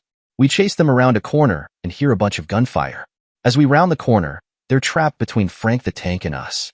Frank stops firing, and we tear into them from this side. Frank, Glenn, and the guys then rip into them from the other side. It's bloody, messy, hand-to-hand combat. 10 minutes later, the floor is littered with the remains of the terrors. But our anger is barely satiated. One lady yells as she kicks a mutilated body, "That's for the women and babies, you scumsucker." Glenn commands, "Ladies, you need to control yourselves and follow orders." A nurse barks back at him, "Control your own damn self, and who the hell are you calling us ladies? Let's go kill some more of these cowards." We take off running down the hallway, screaming at the tops of our lungs in search of more terrors. Present, Glenn, Hospital, Ramstein, AFB, Germany. I am speechless because the women are berserk and on a rampage. They chase a group of about 8 terrors right into us. Frank the Tank took out one and wounded a couple before this screaming. Yelling mass of women flew into the terrors and physically ripped them to pieces. It was the most gruesome thing I have ever seen. When 2 terrors are left, they start begging for mercy, but it doesn't help. I remember being warned to never fight with a woman, and now I know why. I try to regain control of the women, but now they've had a taste of victory, they want revenge. I look over at Frank and the guys. Shit, we need to catch them, or they might get hurt. Frank starts laughing as we push him. I never thought I'd feel safer behind a bunch of women than in front of them. And he is right. They are running over the top of the terrors. The women have the element of shock on their side. They round a corner, and the terrors see only women and pause. Just long enough to either be shot or physically attacked. Shit, if I had a platoon of berserk troops like this, I could take over the whole Middle East. They finally corner a large group of terrors in a dead-end hallway. Several women get shot, and the rest get flashbanged. They blindly stumble around the corner and start hurling catcalls at the terrors. You bunch of cowards, why don't you come and fight us like men? I think they should take off those mandresses and wear burqas. I'd like to take their burqas and shove them up their cowardly butts. I look at Frank and say, how many frags do you have left? The women hear me and start chanting, get them, get them, get them. One of the individuals yells, let's do this. A woman yells back, I'd like to see what you can do after I take you down and make you regret it. Frank hands me 3 grenades. I toss one down the hallway, and the women cheer as it explodes. We hear the remaining attackers rushing toward us, shouting in panic. The women charge forward to meet them, and it's chaos once again. I look at the mess and the panting, exhausted women. They've been running amok now for close to an hour and have killed, no mutilated. I don't know how many terrors. Frank starts laughing and I look over at him. General, the terrors are shocked at the mutilation of their dead and can't figure out what sort of troops we are using against them.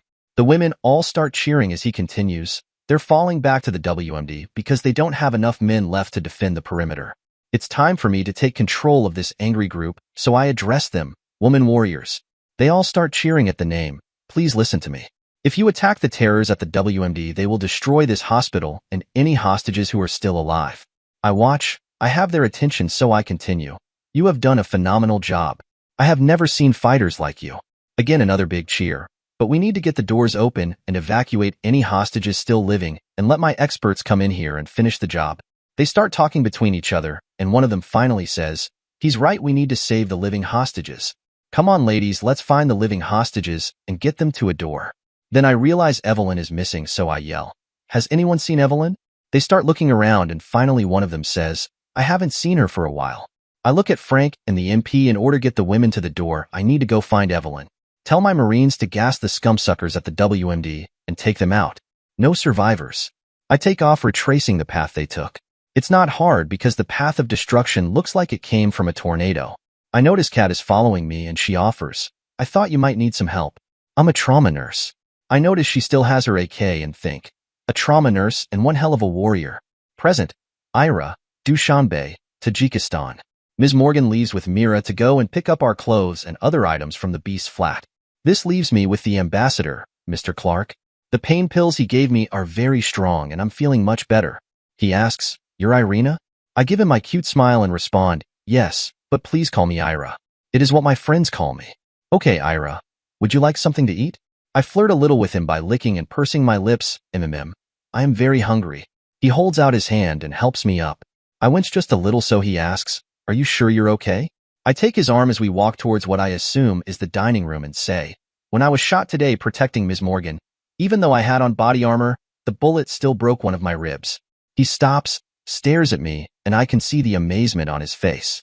You were shot today and have a broken rib from it? Yes, Mr. Clark. Would you like to see the bullet holes in my best dress? I turn and he sees the holes. He doesn't ask, but just reaches out and touches the holes. It hurts just a little and I wince and gasp. His hands wander lower. Right before he touches my rear, I turn and smile at him. Mr. Clark, what did Ms. Morgan tell us? He blushes and responds, she doesn't have to know. I give him my best smile and reply, Mr. Clark, unfortunately I cannot lie to Ms. Morgan. She can tell when Mira or I lie to her. I see disappointment on his face, so I continue. but it does not mean sometime in the future you cannot have your wish. Mira and I will need to come back to Dushanbe occasionally. I watch his lecherous eyes roam across my body and fight to keep from shuddering. Ira, I am a smart man and know such an offer must also come with some strings attached. I am confused, so I ask, Mr. Clark, I do not understand what strings you are talking about. He laughs and I want to break his neck, but I control myself. Ira, strings attached means your offer requires some payment from me. When he explains it, I pretend to laugh at myself, and he laughs again. I bait him more, Mr. Clark. Ms. Morgan bragged to us on how very intelligent you are, and I think she underestimated your intelligence and charm. His hand starts wandering up my arm, and I stop him right before he touches my chest. Mr. Clark, remember, I will have to tell Ms. Morgan everything. Yes, our offer does have, as you would say, some strings attached. I watch his face as he realizes the offer includes my sister. Ira, just tell me what the cost is. I'm a very powerful and important man and can give you and your sister many things. I pull away from him and smile, and then I remember the words Ms. Morgan used. Mr. Clark, Mira and I would be very appreciative if you would not train Ms. Morgan tonight. He gives me a puzzled look and I worry I used the words wrong. Then he laughs his annoying laugh again and says, Ira, for a moment I did not understand you. Training Ms. Morgan means having sex with her? I nod my head. He claps his hands together and rubs them. It scares me. I jump back and almost take him out. He throws up his hands and says, Ira, sorry. I didn't mean to scare you. So let me make sure we understand each other. If I don't train Ms. Morgan tonight, I will get to train you and Mira the next time you're in Dushanbe. I smile and nod at him. He takes me by the arm and we walk into the dining room and he helps me into my chair. He calls and has dinner served for both of us. Ira, would you like a glass of wine with your dinner? I hate wine, but I smile at him. Mr. Clark, are you trying to get me drunk and take advantage of me? You know I cannot drink wine with the pain pills you gave me. Present. Liz, Dushanbe, Tajikistan. As we drive to Kostia's flat, I worry about Ira and Sam. He's a huge lek, and with the way Ira looks, he might disregard my threat and still try to get in her panties. Mira notices I'm upset and asks me, Ms. Morgan, I think you are upset or worried about something. I bite my lip but reply, Mira, I am worried Sam might try to train Ira. Mira blinks at me twice and then laughs uncontrollably. I wait to hear what's so funny, and when she's almost done laughing, she looks at me again. Then she's laughing so hard she starts crying. Mira, what the hell did I say which was so funny? She finally simmers down and looks at me, Ms. Morgan. You do not know much about us, but Ira has Mr. Clark totally under control. Mira, so I don't have to worry about them training each other? Ms. Morgan, Ira would have trained Mr. Clark until he couldn't walk, so you wouldn't have to train him. But you ordered her not to, and on this, she will not disobey you. I'm curious as hell, so I ask. Sam is a very powerful man, and he is used to having his way. Just how is it little Ira will control him? Mira smiles at me and replies, Ms. Morgan, she will promise him everything, but give him nothing. And if that does not work, she will threaten him. I look at Mira and half of it makes sense. It's the same way we've controlled men since the dawn of time. The promise of sex. The threat part reminds me I have other questions I want to ask. Mira, it reminds me, why does it seem to me everywhere we go people are afraid of you and Ira? That is easy, Ms. Morgan. It is because they are afraid of us. Let me demonstrate. She starts yelling at the driver, and even though he's huge and has done nothing wrong, he profusely apologizes. Just like a puppy which has done something wrong and has been whipped. This is fascinating. The whole country is afraid of two young ladies. Are they afraid of you because you're NSC? She grins and answers, it is only part of the reason. Unfortunately, I cannot tell you the other reasons. I start analyzing all the facts I have about Mira and Ira, and I still can't quite figure it out. We pull up to the curb and stop in front of a very nice building. Mira motions for me to stay in the taxi as she gets out and looks around. She then motions me out of the taxi. The minute we leave, the taxi takes off without even getting his fare. Mira giggles as he drives off and adds, sometimes it is so much fun. We walk up to the door. She opens the door and we walk into a very posh carpeted hallway. It reminds me of an upscale condo in New York City. Wow, this place is really nice. She glances around. I guess we never really looked at it because it belongs to the beast. We take an elevator to the top floor and head to one of two apartments. The only way I can tell we're not in the nice NYC condo I mentioned earlier is the huge steel outer door. I almost laugh when I think a door like this might be a good idea in NYC after all. She unlocks the steel outer door and then a very nice wood inner door, and we walk into a huge, very tastefully decorated flat. I'm dying to ask Mira who will own this flat since Kostia is dead, but I know it will get her very upset. I make a mental note to get the name of a trustworthy, is there such a thing, lawyer from Sam. The minute we walk in, Myra's attitude changes from being calm and in control to frantic and out of control. I wander through the flat, but Mira takes off for a back room. I walk by a huge bedroom with a queen-size bed in it and figure this is where unthinkable evil happened. When I find the room Mira is in, it's a very small bedroom with no furniture and just 2 clothes racks. She's pulling clothes off the racks and putting them in suitcases. I walk over and help but ask, you know Mira, we don't have to do everything tonight. We have all the time we need to move your and Ira's things. I think we should get the essentials tonight, and then I will talk to Sam, and we will hire someone to pack all your things in boxes. We will have them taken to the airport and put right on our plane. She looks at me, and I see her frantic look slowly start changing to one of calm. Ms. Morgan, thank you for offering this. I did not think about it, and was worried we would lose everything. I think it would be better if we had someone else pack everything so Ira, and I do not have to come here again. Mira, I agree. I will hire someone to pack everything other than the furniture and take it all to the plane. Once we get to America where we are safe, we can unpack it together. Mira asks, will they pack the beast's things too? Do you have anything of yours in his room? Mira replies, just one very important thing he never saw. As we head towards the big bedroom, Mira pauses for a second at the doorway, then strides into the room. She goes over to a corner and pulls the baseboard away from the wall and takes out a very old picture and brings it to me. I look at it and recognize Mira and Ira with 2 lovely and happy adults. Mira, are these your parents? Yes, Ms. Morgan. It is the only picture we have of them and was taken a month before. And suddenly she stops talking. I look at the picture and then I look more closely at her mother and ask, Mira, we can take this picture and make it look brand new again. Would you like that? I watch as she almost sparkles. Oh yes, Ms. Morgan. And if we could get one more made for Ira, then we could each have one. We certainly will. We can get hundreds of them made if you want. She kisses me on the cheek. Thank you, Ms. Morgan. I will go get our essentials and the weapons we have hidden here. I start looking around Kostia's room, and it just feels evil. There are pictures of him when he was younger and in the military, pictures of him with Mira and Ira when they were young in exotic locations. Unfortunately, the girls were dressed very inappropriately, and he had his hands all over them. I find one of him with a boy and pick it up and look at it. Then I look at it even closer. I take the picture back to Mira and Ira's room and ask Mira, who is this boy in the picture with the beast? She looks at it and says, it is Alexander, the boy of one of his friends. The beast had something to do with the boy's parents adopting him. Do they live in Dushanbe? She replies yes and then gives me their name and address. I walk back into Kostia's room and look around some more. Mira walks to the doorway with 2 suitcases. Ms. Morgan, I hate to ask you, but I have 2 more suitcases in the back bedroom. Will you please carry them for me? No problem, sister. I walk to the back room, grab the suitcases and meet Mira at the door. She looks around and finally smiles. This will be the last time I will ever come to this evil place. We have dreamed our whole lives of this day, and thanks to you, Ms. Morgan, our dreams are now real. We head downstairs, find a new taxi, and head back to the embassy. Mira holds my hand, just like the sister I've never had, as she scans the streets to keep us safe. Present, Mira, Dushanbe, Tajikistan. I am glad Ms. Morgan came to the flat with me. Ira was hurt very badly and I could not have come here by myself. It would have reminded me of the time when I was here alone. She is such a big help, especially when she says she will hire someone to pack everything so we can leave. I pack our most precious possessions, the picture of our family, the few mementos left from our childhood, some changes of clothes, and all the weapons we keep in the flat. Then we walk to the front door. I do not like the fact Ms. Morgan is in the beast's bedroom because the room holds nothing but bad memories for me. I hate having Ms. Morgan help me with the suitcases, but I do give her the light ones which only have clothes. Mine are so heavy from our weapons, I can hardly carry them. When the outside metal door clanks closed, I know it is finally the end of our long ordeal. Ira and I are finally free to become the women we've always wanted, to be just like our idol Ms. Morgan.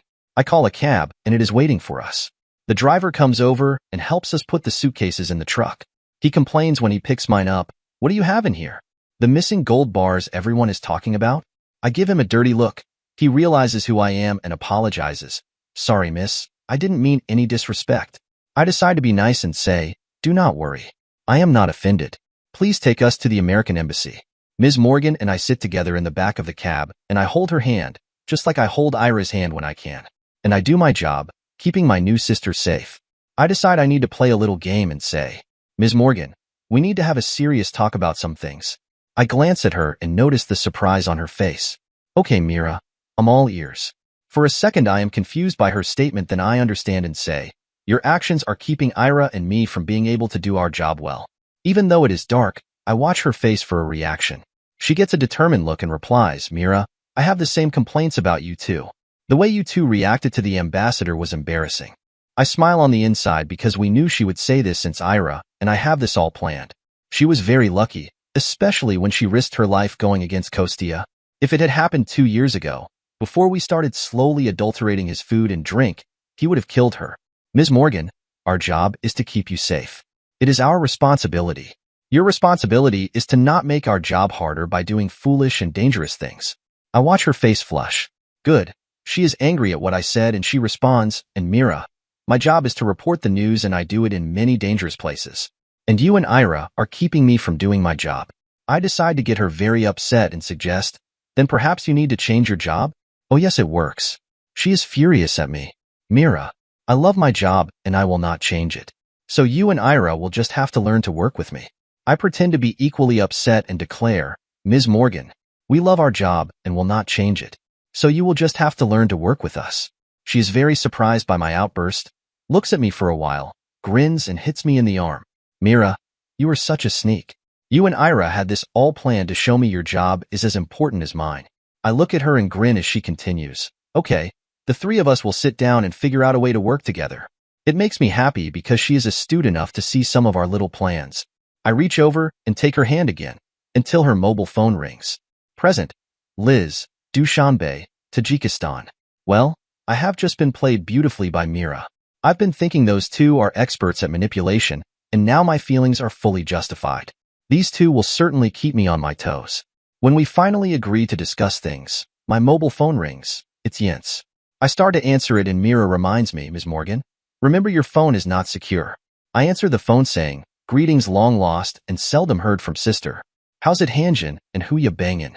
I hear Jens giggle on the other end as she says, Liz, I don't know where you come up with so many creative ways to answer the phone, but it's great to hear your voice again, and you know very well I'm not banging anyone, not until my wedding night. Secretly, I'm relieved since I still harbor a very small hope there may still be a Ben in me. Jens, what's going on?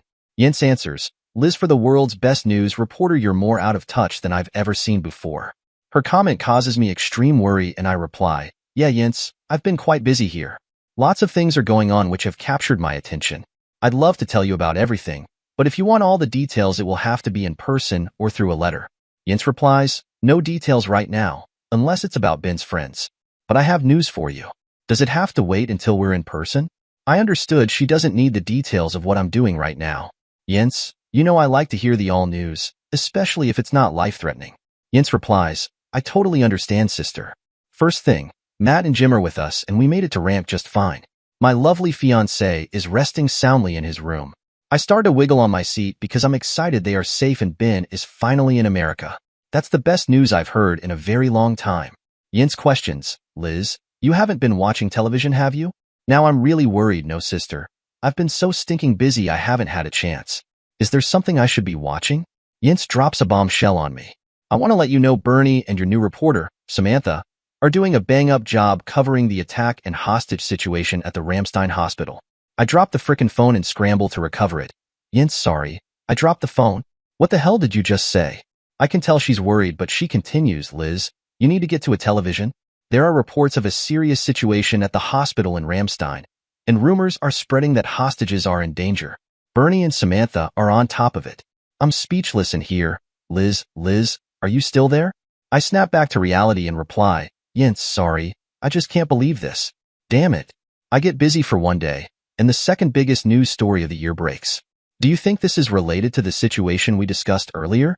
She sounds even more concerned as she answers, Liz, it's directly related. I do have some other concerns, but I can't discuss them right now. I rack my brain, trying to figure out what she could mean. Then I take a chance and ask, Jens, have you seen Glenn lately? I get my answer when she says, I had a call from Daddy. He's still where he was before and is very busy. One more thing, and this will really surprise you. Ben wants to do a press conference. If he can't get you, he wants Samantha. And finally, Liz, I have to say, I love you, and I understand all your feelings now. Pa for now. The phone goes dead, and Mira is looking at me. I can see the concern on her face. Ms. Morgan, I gather that was Ms. Donaldson, and something is going on. How may I assist you? I tell her, Mira, from the sounds of things, all hell is breaking loose in Germany. We need to get to the embassy right away. The taxi driver overhears and says, yes, I saw this on the Truth Network from some new reporter they have. There are reports that the hospital has been taken over. I yell, Mira, get us to the embassy now. She starts yelling at the cab driver, and he floors it. She keeps up the yelling like a jockey whipping a thoroughbred until we roar up to the gate and get stopped. I give the guard shit until he lets us in. I jump out before the taxi even stops and yell at Mira, take care of the luggage and the fare. Present, Jens, Walter Reed Army Medical Center, RAMC. I get my bin all settled in our temporary new home. He flips on the TV to watch the coverage of Rammstein as I cuddle beside him, and we watch the story. Ben asks me, when did Liz hire the new reporter? She's really young and inexperienced, but is doing a great job. Before I can answer, Jim adds, not only that, she's one hot little number. I clear my throat and ask Jim, what do you think Sally would say if I mentioned this to her? He laughs and comes back with, Jens, she'd say looking is okay, but I'd better not touch. I then answer Ben, I don't know when she hired her, but I think Liz did a great job. Because you guys are right, she's cute as can be and is covering this very well. Ben squeezes me and adds, well, if I can't get Liz to interview me, I want her. For a very brief second I get jealous, but I look at Ben and determine he's watching me and grinning. I ask him, so, seeing if you can make me jealous? He starts to answer, but his attention is captured by one of those skanky Carl's Jr. hamburger ads. You know, the ones with the hamburger 304S? He then starts bugging the hell out of me for a hamburger. All he's talked about, other than me, during our private pillow talk times has been how he wants a big juicy hamburger and pizza. I make Ben promise to be a good Marine and wait in the room while I go call Liz and send Jim to get burgers, fries, and milkshakes for all. I'm shocked since Liz has no idea at all about what's going on. This tells me she's been incredibly busy with some problems of her own. And it reminds me, we never did ask Matt and Jim about those new bodyguards of hers. I walk back in the room and Ben's still watching the TV. I hop back into bed with him. He looks over at me and smiles. Sorry, Jens, about being so distracted by the television. I keep wondering if I made the right decision to not turn around. I sneak my hand over and pinch him to get his attention. Now I have your attention. I'm going to tell you it most certainly was the right decision. He grumps at me. I don't know what's going on with all this pinching crap, but the next time you pinch me, I'm going to tickle you until you pee. Ben, I need some way to get your attention. Because you're hurt, I decided to change my ways and not slap you to make you aware of me. Well, I really have his attention now. Jens, I never liked the slapping, but I tolerated it because I love you. And the pinching I dislike even more, so why don't you just talk to me? I promise I will pay attention to you. I bite my lip, think about it, and decide he's probably right. Besides, I hate being tickled and I know he will keep his promise. Then I talk to Liz, and she doesn't even know about Rammstein. He ignores the TV and looks at me. That's strange. Did she say why? I start to tell him, and Jim walks in with the food. This time Ben is too distracted to talk, but it's so much fun watching him devour his burger I don't get upset. Present, Liz, Dushanbe, Tajikistan. I run into the embassy and find Ira and Sam having a nice dinner. It makes me wonder what the hell went on while I was gone, but there are more important things for right now. Sam, where the hell is the closest TV set? Liz, it's good to see you. How about having some dinner with us? Sam, screw dinner. The Rammstein hospital is under attack. He jumps up and I follow him into a side room and Ira follows a bit slower. He flips on the TV and it's CCCN. Sam, what are you watching there? Crap, for flip over to my station. He flips over and I see this young kid I've never seen before doing the news. It's obvious she's never done a news report in her life, but she's doing a great job. Sam remarks, wow, Liz, when did you hire her? She's really good. I look at him and say, eh? He finishes, and really cute. I watch and she's asking great and hard questions, almost as good as I would ask. Ira stands on one side of me, and then Mira shows up on the other. Ira asks, who is the new reporter, Ms. Morgan? I look at the girls. I honestly don't know. My best guess is Bernie hired her. I almost pee my pants when she even gets an interview with the base commander. Samantha asks, General Smith, is it true you have men on the inside fighting the terrors? Jen Smith answers, sorry, miss, but I can't answer this question right now. She smiles at him and comes back with, come on, General. We can hear the yelling and the gunfire all the way out here. Plus, I've been listening in on the terror's tactical frequency, and your troops have them scared and retreating. He looks at her like he wishes he was anyplace else right now, even in the hospital, and replies, Miss Stevens, I cannot comment on the situation right now. Please excuse me. I see the Marines have arrived. She responds, thank you, General Smith, for for taking the time to speak with us. Then, she turns toward the camera, hesitates briefly, and smiles nervously before adding in an endearing tone. Sorry, everyone. I've never done this before, and it's so thrilling. We just finished interviewing General Smith, and while he couldn't reveal much, I can share some information. I've been listening in on a particular group's communications. They've been speaking in a language I'm fluent in, so I can provide the following details. First, they took control of the hospital in search of a specific patient. I hold my breath, but she doesn't mention Ben's name and continues. Next, they have been causing harm to both patients and staff. They also possess a dangerous weapon and have threatened to destroy the entire hospital if they are not allowed to surrender. I see a few honest tears in her eyes, then she sniffles, pulls herself together and continues. But even in this darkest of hours there is a light. I have heard recent communications from the terrors, and an American team in the hospital has struck fear into their hearts. And even as I speak to you, they have forced the terrors to regroup around their WMD. We can only hope the team of mighty warriors can prevent the destruction of the hospital and the remaining patients and staff. She continues reporting, but I stop listening. The room is totally silent and I look at Sam. Sam, I need to speak with Mira and Ira in private. Please excuse us. Certainly, Liz. I will have dinner brought to the room for both of you.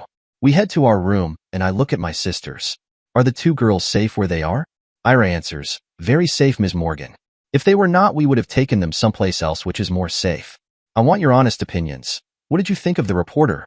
The girls both look at each other, and then they look at me and Mira starts. She reminds me a little of you, but not as strong.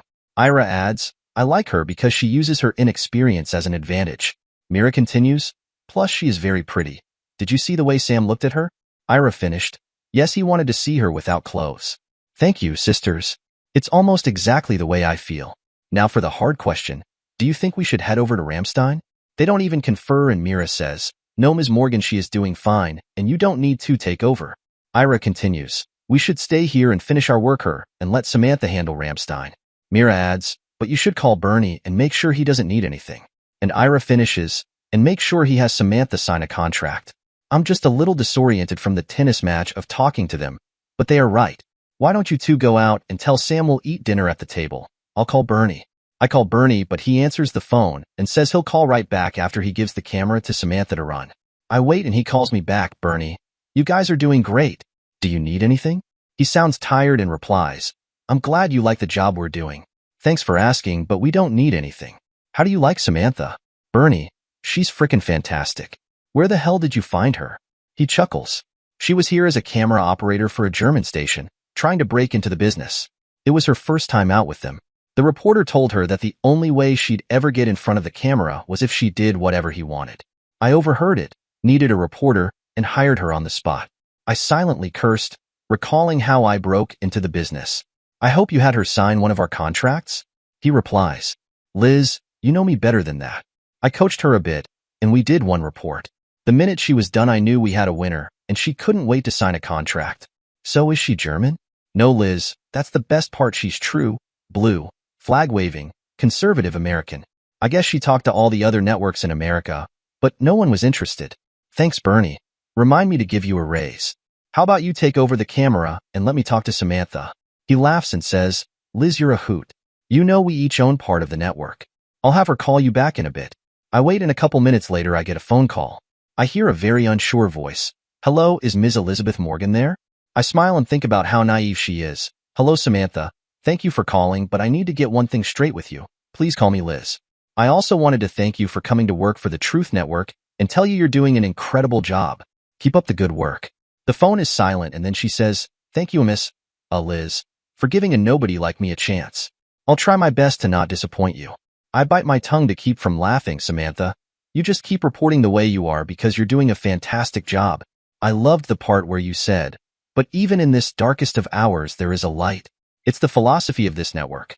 We will report the truth, but we will always do our best to give the viewer any hope we can. Thank you, Liz. I know the philosophy of the Truth Network because I've studied your network ever since you started it. I'm a little perplexed, so I decide to ask, Samantha, Bernie told me you tried to get a position at all the other American networks. Why didn't you come to mine? The phone is silent for a bit, then she answers, I didn't think I was good enough and wanted to get some experience first. Then when everyone else turned me down, I was too disheartened to even try with your network. I just happened to find this job in Germany as a camera operator. Well, Samantha, Again, I want to thank you for working with us. You are now a part of the team. I'm in Dushanbe taking care of some business, and I'm very happy you're doing such a great job of covering for me.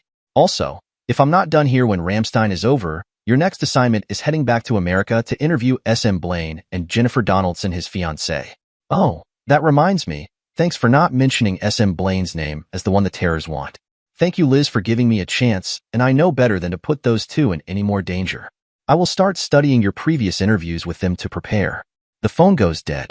I look at it and wonder if some of Ben's good luck has finally rubbed off on me. My stomach growls and I realize I'm starving. I head into the dining room where Mira, Ira, and Sam are having dinner and watching the news report about Ramstein. As I walk in, I hear Sam remark, "Good, Samantha's back on." I know she's good, so I only halfway listen to her reports. My mind is still on my conversation with Jens. She called Glenn Daddy and said he was where he had been. I wonder if he could have something to do with the troops in the hospital. I sure wouldn't think it. But then he is a Marine, and Marines can be surprising. But even more troubling was her last statement. "Finally, Liz, I have to say I love you, and I finally know and understand all your feelings." I gasp and the twins both give me a quizzical look. Jens surely can't know about my love for her and Ben, but she did say all your feelings with the emphasis in the right places. I think about it, wonder about it, and finally I smile. Dear listeners, next part of the story will be released soon. Please share your thoughts in the comments section below, and don't forget to like, share, and subscribe.